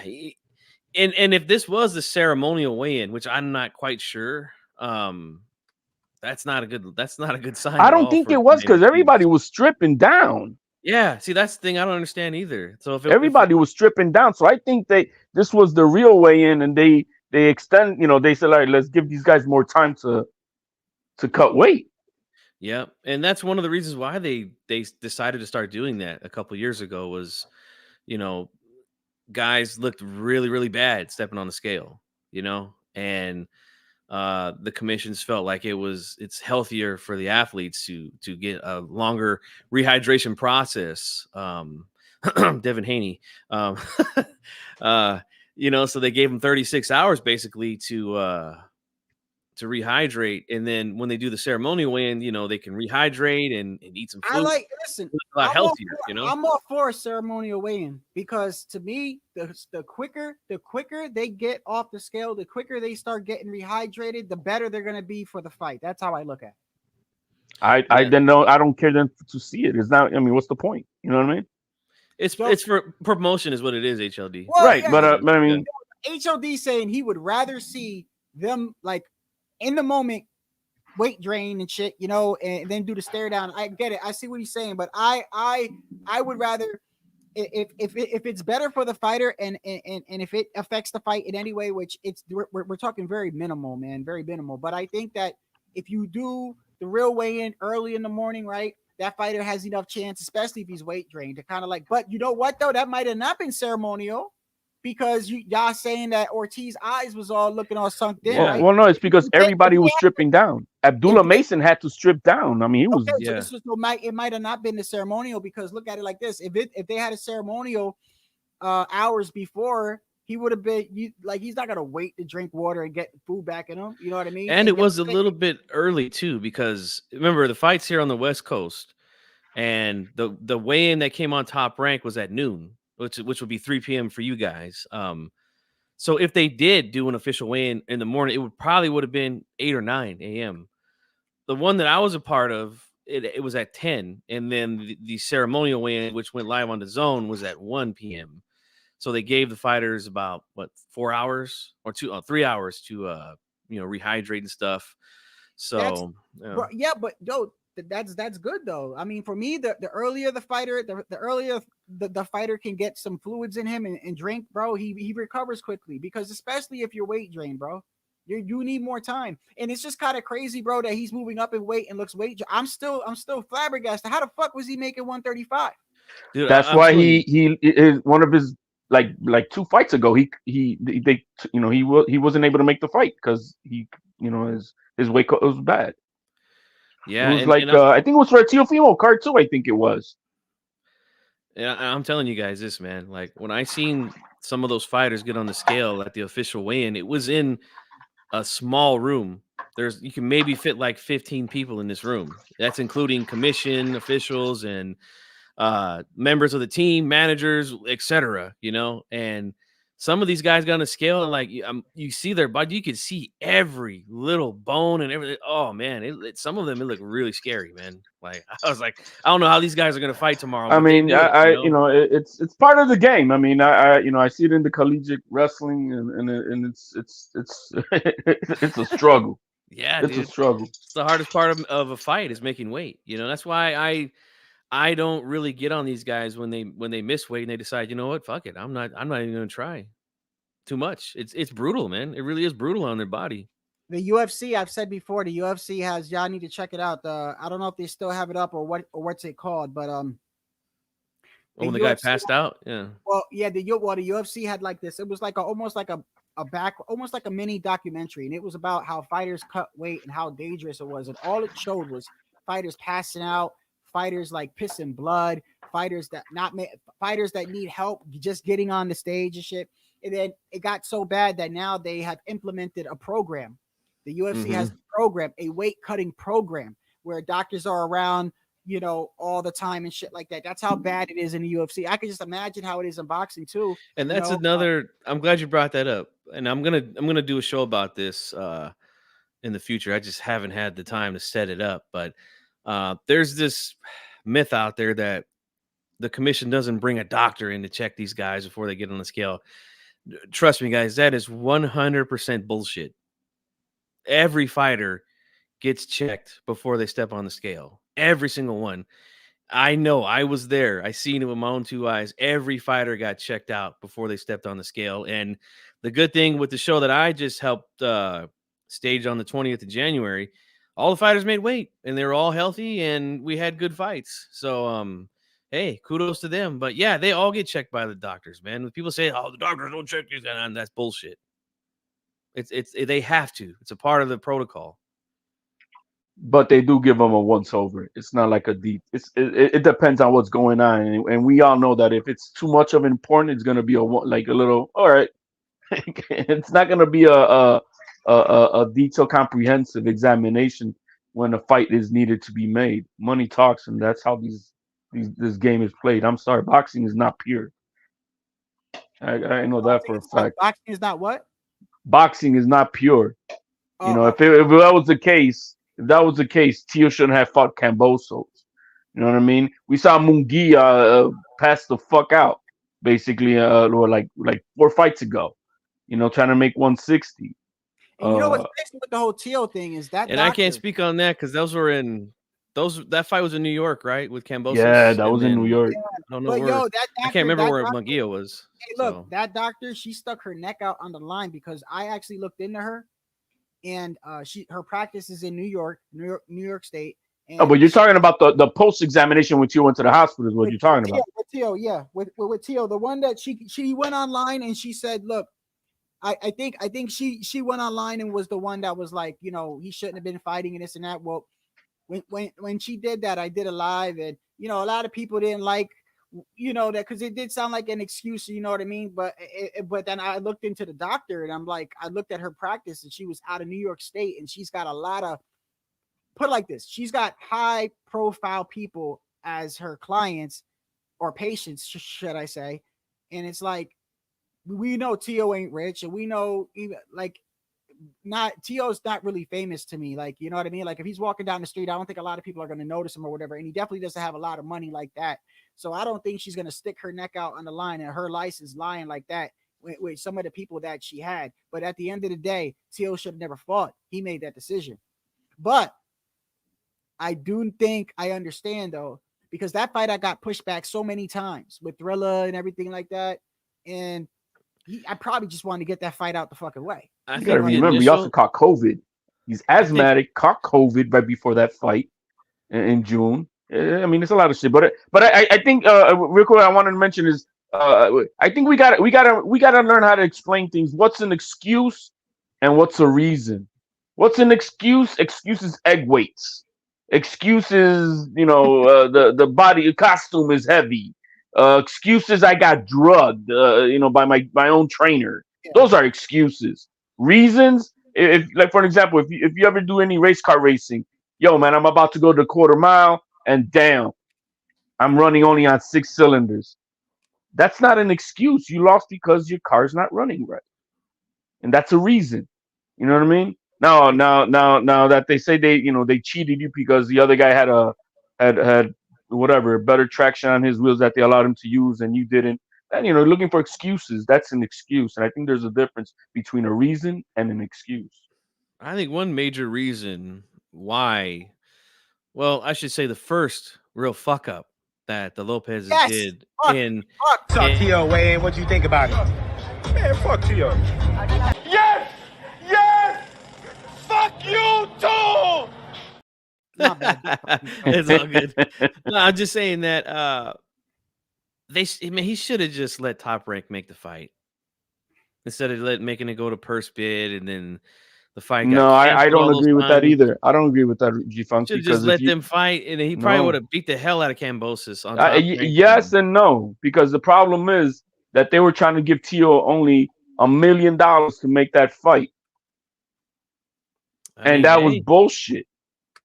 That was bullshit. And then when he goes to purse bid, let's say Triller didn't take the fight. Let's say it was only the zone. They still were paying him almost 4 times as much as what Top Rank was trying to pay him. And then during the whole thing in itself, Bob Arum, who's a scumbag, let's not play the example. Bob Arum was a scumbag. He called everybody to tell them not to bid on the fight for Tio. I mean, there's a lot of shit there behind the scenes. Why is this man being treated that way? So no, I don't agree with that. The kid still made over $4 million for that fight. But to play devil's advocate, HOD, and you know it's Tio all day, every day over here. Shit, I picked Tio over Matias, my fellow brethren. Look, I'll put it like this, man. We do know that Tio, one of the reasons why we like him, I know that the people that do like him is because we don't know what we're gonna get. He speaks his mind or whatever. And at the time, I do agree with the whole he wasn't getting paid well or whatever, but I also believe that he took out on Bob. Maybe Bob maybe Bob was at fault. Well, is Bob at fault with what was negotiated with Loma and Tio? Let me put it. Tio was asking for $1.5 million to fight Cambosis with Bob Arum. No, I'm asking. No, but I want you to understand so that G-Funk understands. He was offering him, and Tio just wanted to give me 1.5, and we'll fight Cambosis. And Bob Arum was being a knucklehead about it.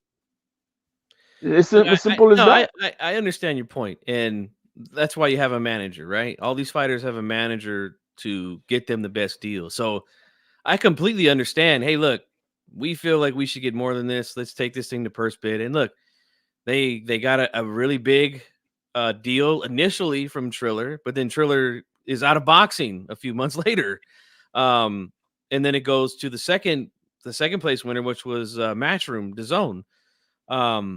But for me, right, if I'm a manager and my fighter is fighting on Top Rank. Now, I know you have your feelings on Bob Arum, HLD, and that's perfectly fine. Everybody can feel how they want to feel about everyone. But I'm just stating the facts of what Bob did. To me, Top Rank is the best in the game. You got a guy who's they are for us since the 60s. You got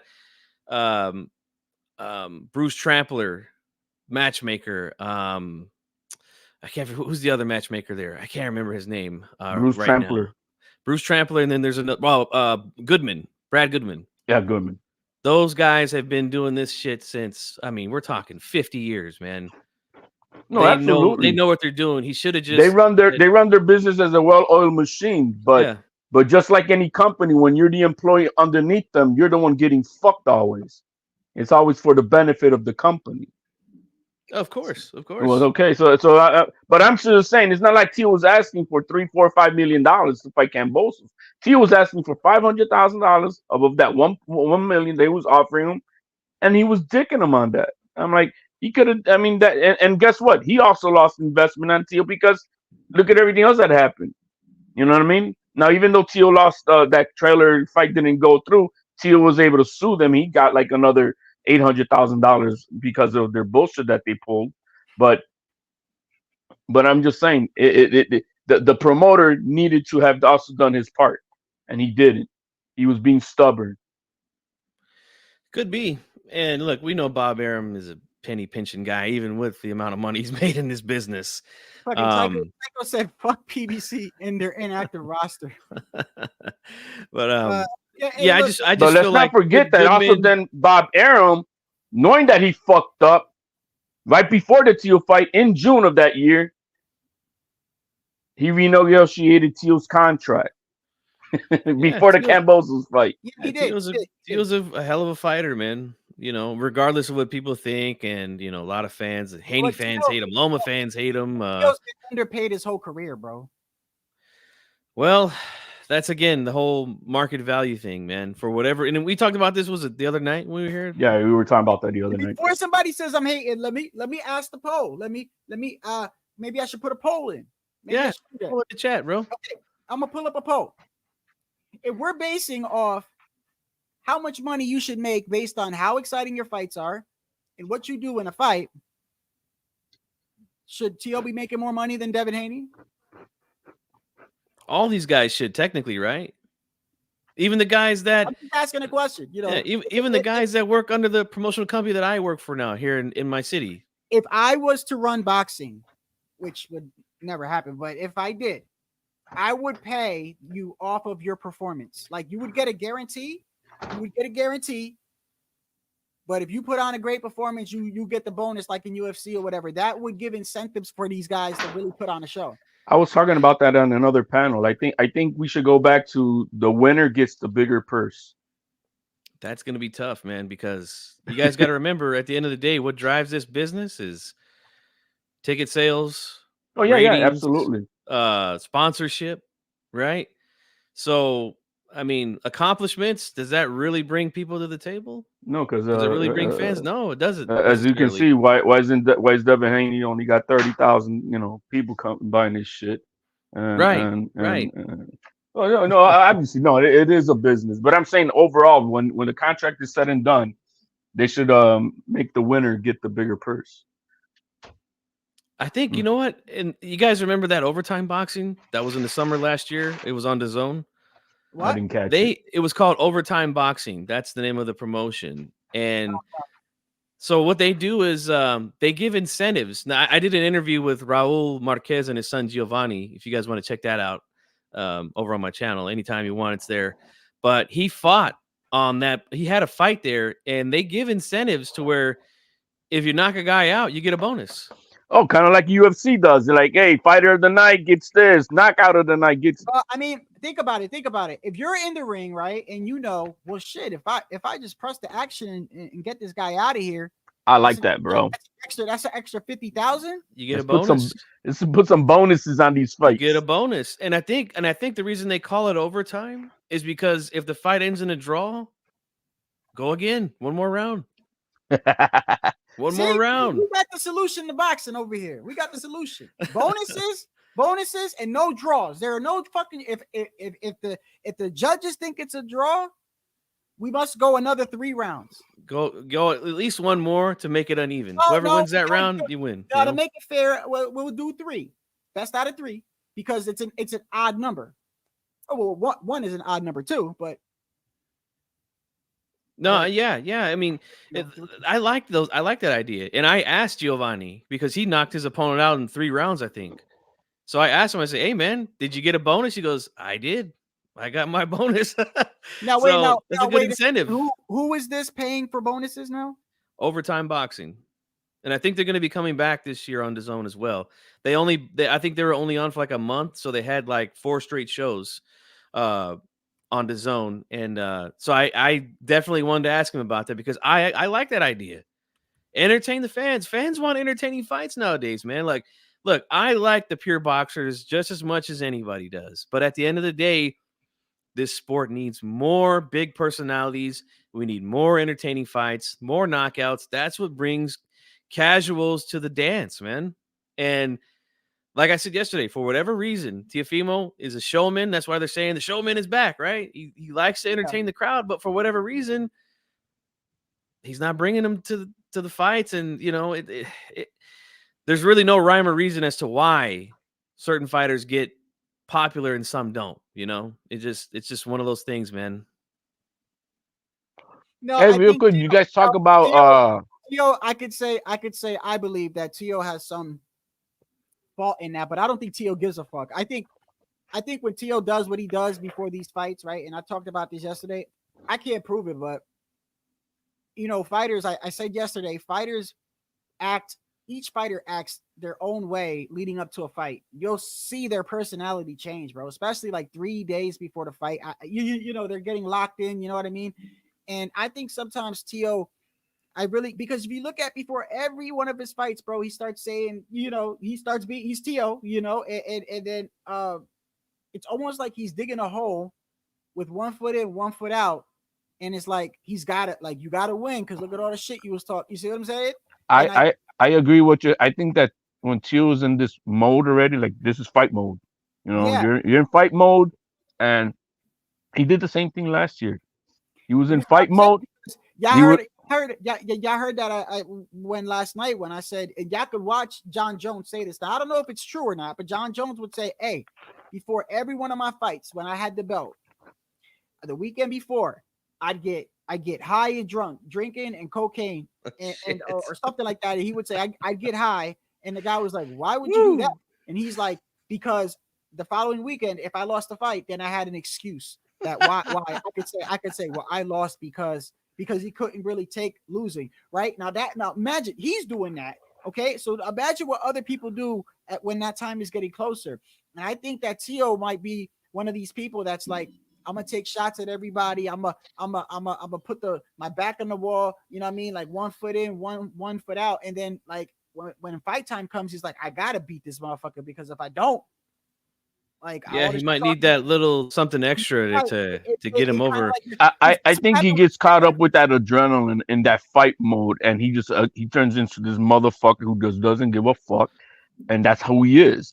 Hey, I mean, guys, let me just say something real quick, man. I don't mean to interrupt, but it's almost 8:00, 40 minutes till, and that's the time my kids go to bed. So I'm gonna go hang out with them for a little bit. I'll be listening on the chat. I'm gonna hang out with them. Too much longer anyway. So I appreciate you swinging through. Like, yeah, always. You're always welcome here, man. Yeah, thank you for your time. Shadow, HLD, Puro, who was here earlier. It's always good talking with you, brothers, Puro, man. he just shows up and just leaves. He don't even say nothing. Right. But thanks for the chat, guys. I appreciate it. I'll be listening in. Absolutely, G Funky. But what I was trying to tell you is that last year, for an example, when Teal made that comment about black fighters, Top Rank could keep black fighters, he was coming off the field from training. He was in that zone, and so he, he's a different person at that moment. And I get it because you're in fight mode. So I mean, that's what happens in these times. John Jones, he was crazy how he was doing, bro. Super crazy. He's just blessed to be super talented. When Tio made that comment about black fighters, Mayweather made the same comment about Mexican fighters. Made the same exact comment. Oh, I know. People just blow it out of proportion. They blow it out of proportion because that's not racist. He's basically saying that they're being treated. If I say if I this is how it sounds to some of these people. It's ridiculous. If we are at work, right, and there's a boss, and he treats you very nice, right? We both get here at the same time, or maybe you might even show up a little late, but I'm always here early. I bust my ass just as much as you do. But for some reason, he's always on my ass and he's always treating you nice or whatever, right? And I say, damn, man, HLD gets treated better over here. That's not racist. Look, if it would have been if you changed the color opposite, you want to keep the white fighters good, nobody would have had a problem. No, but Floyd felt the same way when it came to that's what I'm saying. Nobody had a problem. So Floyd had a right to feel that way because Floyd was seeing shit in the background and was like, yo, I think that Latino fighters are being treated, differently. And he said it's just when Tio says something, you got to understand that this is what I mean. I think that he puts his back against the wall on purpose to perform like this. They just uploaded the Taylor fight, not the whole thing, but the Taylor and Lopez. It was like 9 minutes long, and I was watching it again. I mean, and when you look at it, I mean, Tio is in the back room where they don't show this part, but I was watching it the other day. Just go look at the fight, man. Like Taylor is in the back, jump roping, bro. He looks like he done went 4 rounds already, sweating like a motherfucker. When they're introducing their names in the ring, Josh Taylor is drenched. He looks like he done fought like 4 rounds already. I And said this the night of the fight. I'm like, damn, Josh looks like he's ready to go, and Tio looks dry. Right. Tio was in the back, just chilling, listening to his Walkman. Not even like it was like at the last moment he puts his gloves on and hits the pads a little bit. And I'm like, I was kind of worried. I'm like, damn, bro, you ain't gonna warm up like. Did Josh, you say he was listening to his Walkman? Yeah, Walkman. Or whatever it is. Yeah, we're showing our age here, bro. the Walkman, bro. No, they actually still have. They still have the company called Walkman. Oh yeah. Yeah, it's still a company, but still, well, that's not how I meant it though. But yeah, but they still have the company. But he was listening to his headphones, and he just wasn't warming up. But this is the thing I'm saying. Like, I think every fighter just does things differently. But if Ortiz, that had me worried that night, bro. I remember. It had me worried too, man. Because I fuck with Tio, but at the same time, bro, like I'm also trying to be fair because I do know some of the shit he says is controversial, but at the same time, I know that I know a lot of the things he says, he's doing it because he knows the response it's gonna get. He knows. Everybody's talking about him, bro. Right, especially around fight time, and I think a lot of people don't realize that he's not the only one that does that.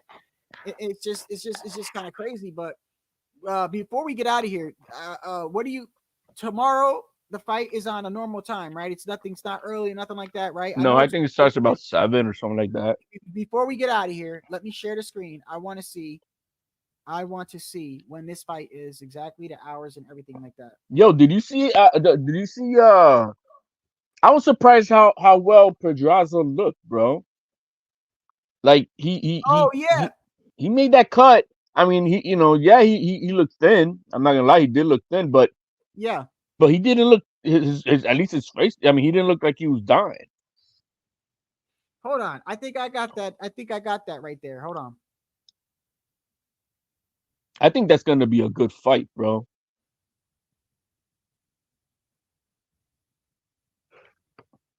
And if Pedraza was not stopped by Ramirez, Barboza, Comey, I don't see Keyshawn doing it. And those fights were at 140, I think. Okay, yeah, I think I got it right here. Hold on.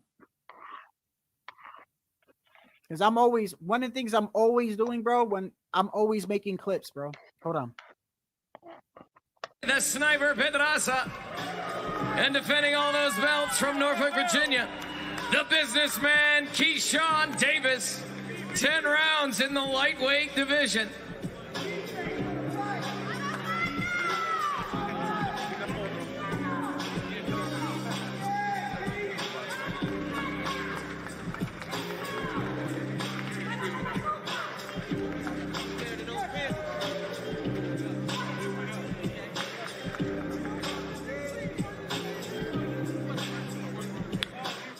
Bro, Keyshawn is always trying to intimidate somebody, bro.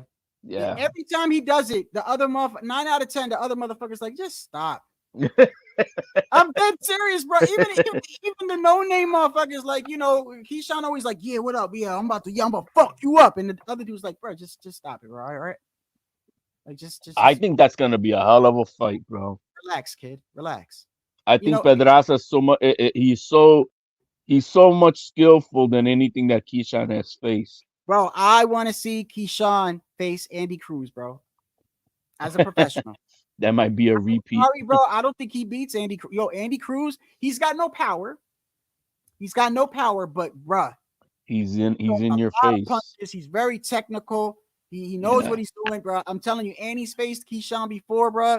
I think he gives Keyshawn a hell of a lot of problems, bro. Yeah, I think he beats Keyshawn again. I don't see You see, the problem that I got is that you're supposed to see the development of these guys. And then, for an example, Ortiz and Tio, they're the same age. They faced each other in the National Golden Gloves back in 2015. And what has been Ortiz's growth? Look how much better Tio is now. And why don't and where's Ortiz level? He hasn't leveled up. He's still behind. Okay, well, it's 50-50, bro, in my opinion, like when people fight in amateurs, because sometimes I think that it does mean something because you fought him, you kind of like, you know what I mean? And like I said, is like you say, if they've grown throughout that time, right? And sometimes a fighter doesn't grow or doesn't grow that much, and he still has the same habits from when you fought him. Look, a perfect example is didn't Spence lose to the guy that fought Jamel twice? I can't believe I'm forgetting his name. Help me out, chat. Oh, Harrison? No. The chat will get it. Who lost to? Get it? Oh, Castaño. Oh, okay. Spence lost to Castaño, I believe, in the amateurs.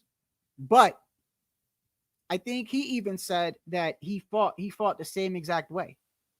Like he didn't change, is what basically, like he didn't, and I'm gonna tell you right now that for people that say, well, you can't change that much, yes, you can. And I got a perfect example for any one of y'all to go look. Go look at Jerron and his boots. Type in Jerron and his boots versus Antoine Russell. I was about to say the same thing right now. Antoine Russell beat him, but look at the way Boots is fighting, bro. You would not even think that is Boots. You would not even think that he leveled up. He's grown. Bro, he was not. He fought completely different. Now he throws that jab, and he loves throwing that jab to the body, switching up, bro. He's got power in both hands, good stamina, just completely different fighter. Completely different, bro. And but Castaño apparently, never changed. So I don't know how much you think Ortiz has changed. I mean, when I was looking at his last fight. I was looking at his fight with Herring, and I'm like, and then and a few days ago I watched again the Loma one, and I when I watched that Loma fight the first time, I was a little bit tipsy. I was at the sports bar, pissed and everything, but then I watched it clearly, and the kid, he was good at the beginning of that Loma fight, but from 6th round on, I saw Loma wash him. I saw Loma basically wash this kid. Say that again. After the 6th round with Loma washed him for me. Loma took the 7, 8, 9, You 10, talking 11. about Loma versus Jermaine, right? Yeah. Oh yeah. Yeah, I mean, he took 7, 8, 9, 10, 11, and 12. He took all of them. I was talking about this before you came on. I said, listen, one thing is this, bro. I don't know if people have noticed. Let me share the screen again because there's people here. But I found this out, and I'm like, this doesn't look well. It doesn't look well because look, right here.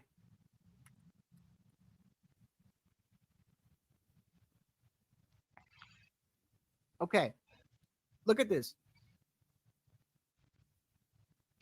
He fought Loma, right? And then look at his next fight. His next fight was against Antonio Moran. This is the same guy that Devin Haney KO'd. Remember that KO of the year? That one, the one he really only had? Right here, Devin Haney, KO. It was like Devin Haney's last knockout, I think. And what round was that?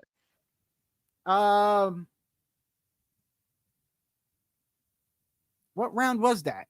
If you hit the there's a section where you could hit at the bottom of where the fight is at, or where they're at, and it tells you. I could just look at it. Hold on. Haney versus what's his name? Moran.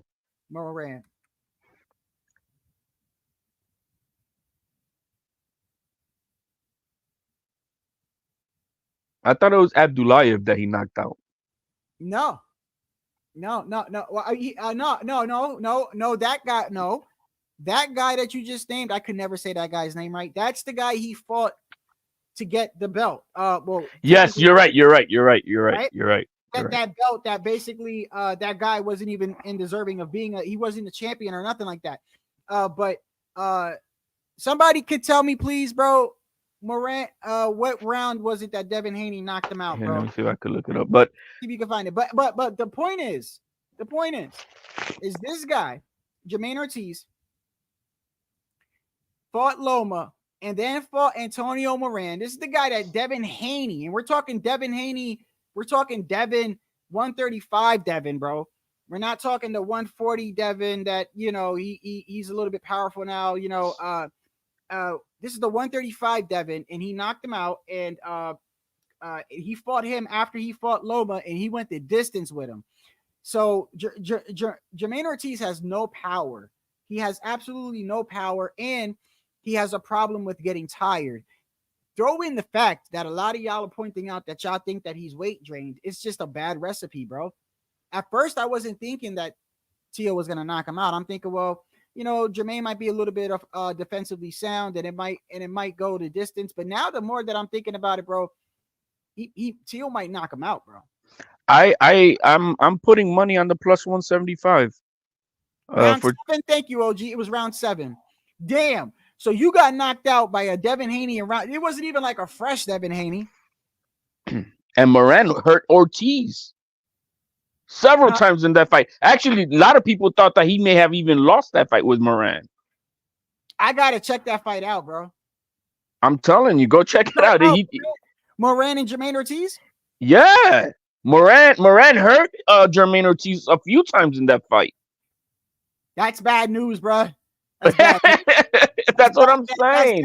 That ain't sounding too well, bro. If he got hurt by that guy multiple times, bro. Everybody, you see how the narratives work? People only people talk about it is Jermaine Ortiz versus Loma. And he did well. I mean, he did extremely well. He did extremely well. Exactly, bro. And I looked and I'm like, I know he fought again. But no, we forgot that Moran was putting hands on him. Yeah, and I saw that he fought Moran, and then I said that name sounds familiar, and I click on him, like, that's the guy Devin Haney knocked out, and he went the distance with him. I'm like, bruh, Tio hits a lot harder than that. Tio is a lot more technical than that. A lot faster, bro, and explosive. And if this guy, yeah, Tio is explosive. And if this guy fades during the fight and it is weight drained, oh man, and Moran was hurting him. You said Moran was putting hands on him? Check it out, bro. You gotta watch that fight, bro. You're not, and so that's what I'm saying. So the narrative is only that Ortiz, he's a good athletic fighter. He isn't, and he's always in shape. I give him that, but that's all they talk about. They don't want to talk about the other performances. And his last performance was like, what the fuck? And you know what the crazy thing is? Tio didn't even want to fight him originally.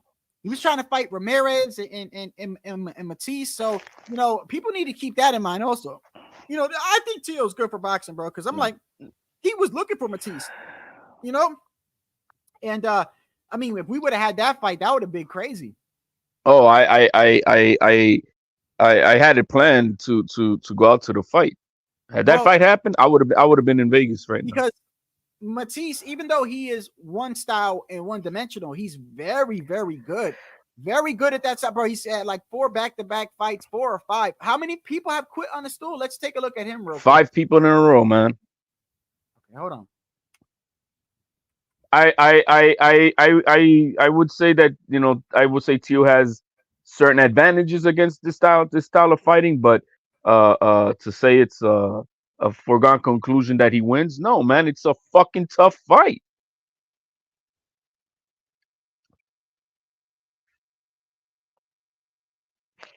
One, okay, yeah, because I know for a fact, Malik Hawkins, he quit in the corner. So that's 1, 2, 3, 4, 5.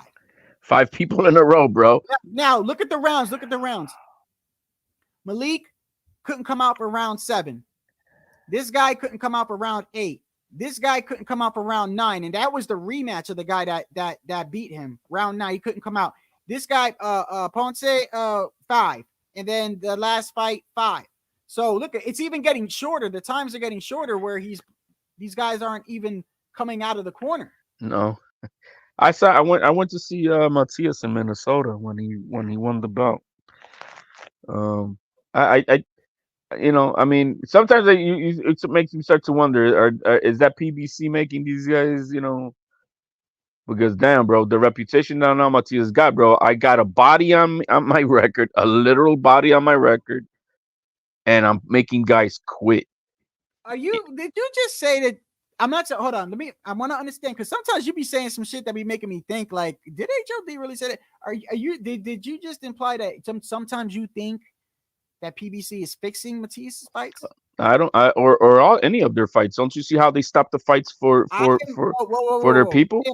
I am not saying fights are not fixed. We've clearly seen it. Look at Rolly. I mean, that's clearly. You get the Rolly one. If you look at the one with Antoine Russell and what's this the Ukrainian guy? He fought Crawford also. No. Antoine Russell with the guy. What's his name? No, there are two fights that I saw with Antoine Russell. I'm like, man, why you stop the fight? Right. I'm gonna tell you which one right here because people did think that was a little. That was a little suspect, right? It was suspect. I'll show you which one it was too. The dude with that funny looking hair. Where the hell am I? So I mean, hey, I'm just saying that I see funny shit, and so I mean, we saw Wilder and all his funny fights. Bartholomew or something. I can never say his name. Rancis Bartholomew, I think it is. Oh, that was one fight. That guy hurt Russell. He hurt him, and he was clearly hurt.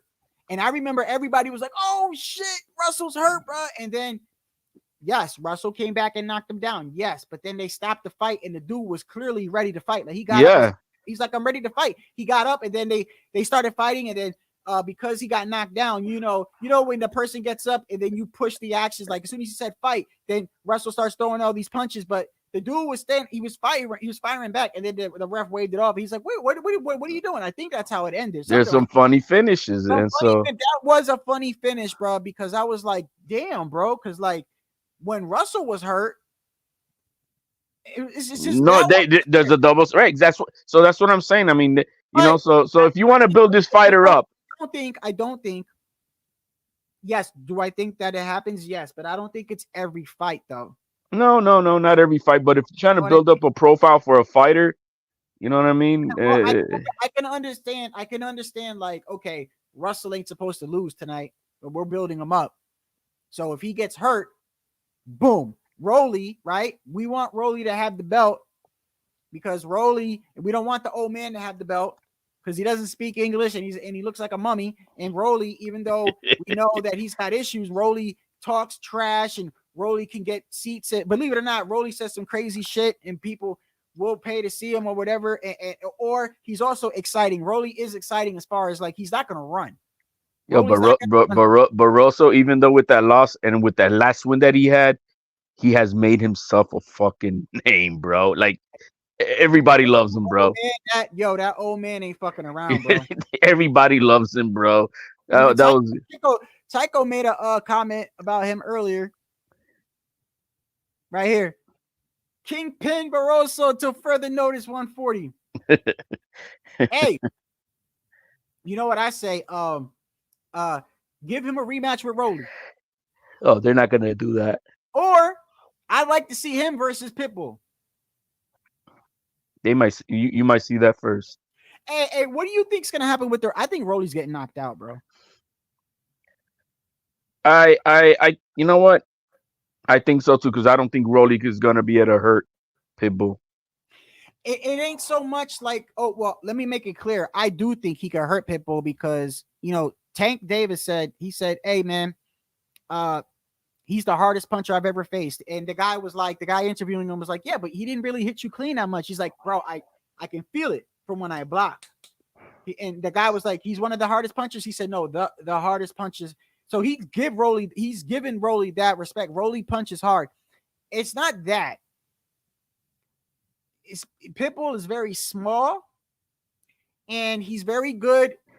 So I'm not saying his defense is very good. I'm saying he's very good in certain situations because Tank kept trying to land that uppercut and he kept blocking it. His size is going to be so much trouble for Rolly. Size is going to be a problem for Rolly because Rolly's going to he's got to punch down and Rolly's already awkward and Rolly is already like, he's just not technical enough, in my opinion, to like kind of like. And Rolly's mentally scared right now of getting knocked out because he was getting hurt by Barroso. So he's mentally scared right now. Now his chin is the way that it is. So Now I'm not saying that he can't beat Pitbull, because I do believe that if Rolly got power to knock anybody out. So, but I just think that the size with Pitbull is gonna be a problem, bro. Yeah, I think it is. The size itself, and Just like it was problems for Tank himself. You know, yeah. I saw that fight for the first time not too long ago because I definitely didn't pay for that shit. But I saw it on YouTube a few weeks ago. What are you And doing? What are you doing not supporting Tank, bro? get the I don't, bro. I don't support Globetrotters. Dude, I don't even want to talk Yo, about that, you dude. are exceptionally listen. Okay, listen. First off, Tank deserves all the criticism that he gets, because I'm tired of seeing him in the ring with people that I know that he could beat. However, he is exciting, bro. He knocks people out. But then again, of course he is, right? And if these I'm fights, not thrilled by it, man. Like I absolutely have Devin above Tank as far as if you tell me, who I respect more. okay, how about this? If Devin fights Tank, what do you think happens? And what I've seen in the last few fights, I do see Tank catching Devin. I do. I do see Tank catching Devin because I've seen as Devin has been beginning caught by Loma. He got caught by Jojo Diaz. You know what I mean? He's been caught, and so I think Tank, and that's all that Tank needs is one That's or all two. that Tank needs. Right. He just needs one, bro. And since he's a lefty, also, I see Tank knocking him out at this point in time. There was a time where I'm saying, you know what? I think Devin might be able to be disciplined because he does. One thing you got to say about Devin is he is disciplined in sticking to the game plan and not get detracted from it. You're not gonna sway him away from his game plan. So if he's gonna do that hit and run shit all night long and I mean, if he's disciplining him not to get caught, he might be able to pull a decision, but I just don't see that with Tank. I think Tank catches him sooner or later. Yeah. Postal. That's what I meant. That stoppage with Postal. That was another bullshit stoppage that they did, man. I was like, why they stopped them? They stopped the fight with Postal? Yeah, Wasn't that was later on in the fight though, right? they Later. stopped. Yeah, and I'm like, damn, bro, this guy. I was pissed because Postal, man, he was, his family's over there in the Ukraine. He's thinking about his kids and all that. You know what I mean? Like, man, it was a fucked. I remember it was fucked up, and then they did him like that, bro. He finished the fight to go to the airport and fly to Ukraine. That's how desperate and needy needed to get the fuck back home. I'm like, damn, they did him wrong. And then this guy's not even fighting, bro. He's a waste of talent. So but you see that Moran fight?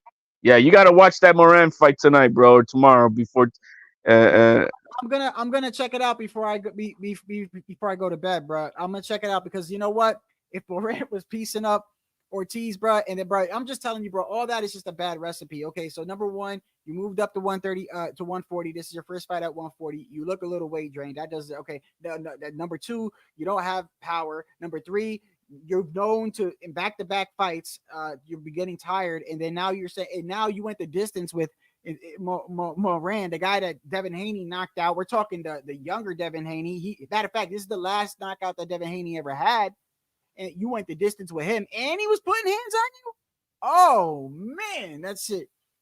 That's bad, bro. Listen, Tio might get him out of there, man. Tio might get him out of there. But you know what? I want Tio to have a good performance, bro. You know what I mean? I would like to see him have a great performance because I think that it'll help whoever he fights next. But still, what needs to be seen that I really need to start focusing on, because the more that I think about it, man, it is, bro. It is kind of concerning. It's this whole PBC thing, bro.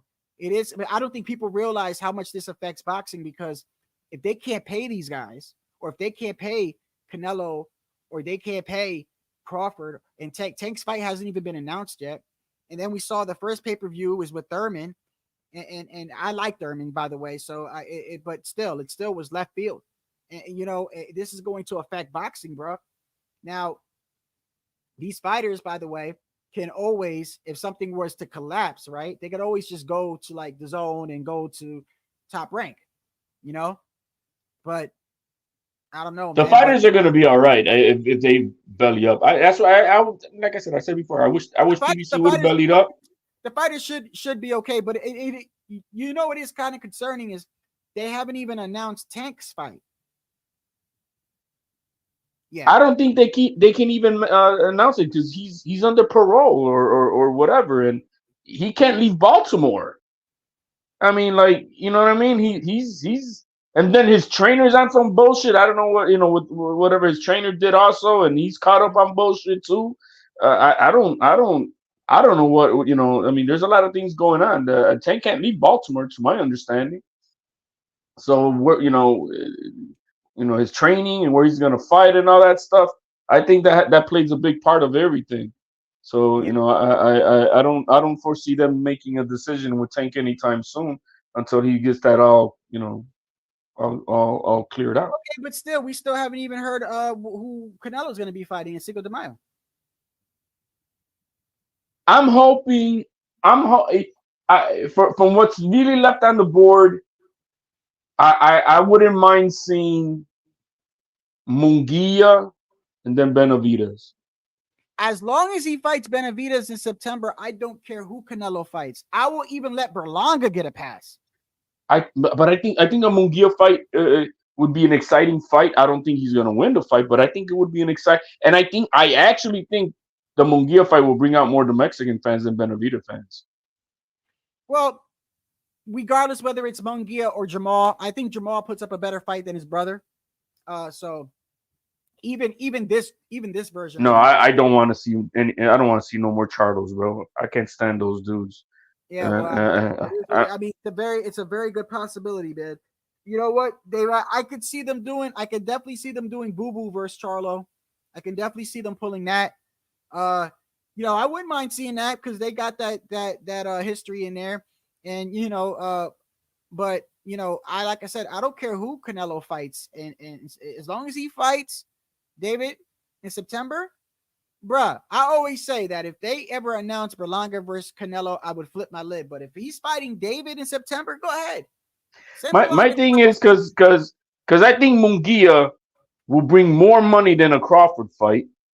My opinion. I think Munguia will bring out more fans out to see Canelo, or as much as watching Crawford. I mean, Munguia is very popular, very strong hold with the Mexican community. So I do see that. So I hope it's those two back to back, since they want to say Canelo don't want to fight Mexicans, and there, all right, man, I'll give you 2 in a row, clean them out. All but right, we'll see. Yeah, we'll see. Hey, look, man, I appreciate you swinging through HOD, and everybody else, I appreciate you, man. Tune in tomorrow to watch the takeover, man. And depending on the situation and depending on the time, I want to go live tomorrow, bro. But I don't think it's that's why I went live today, is because I was gonna go live on the fight, but I don't think I'm gonna be able to go live tomorrow. So, but hopefully, if I have time, I got to see how everything works out tomorrow. Because if it doesn't work out, then I won't go live. But if it does work out, then I'll still go live. That's why I was asking what time is the fight. Anybody know? Real quick before we get out of here, can somebody look up? Why am I saying that when I'm on a computer? Hold on. I think it starts at 7, 8 o'clock. It's Super Bowl. It's Super Bowl weekend, so and it's on a Thursday. So the fight times.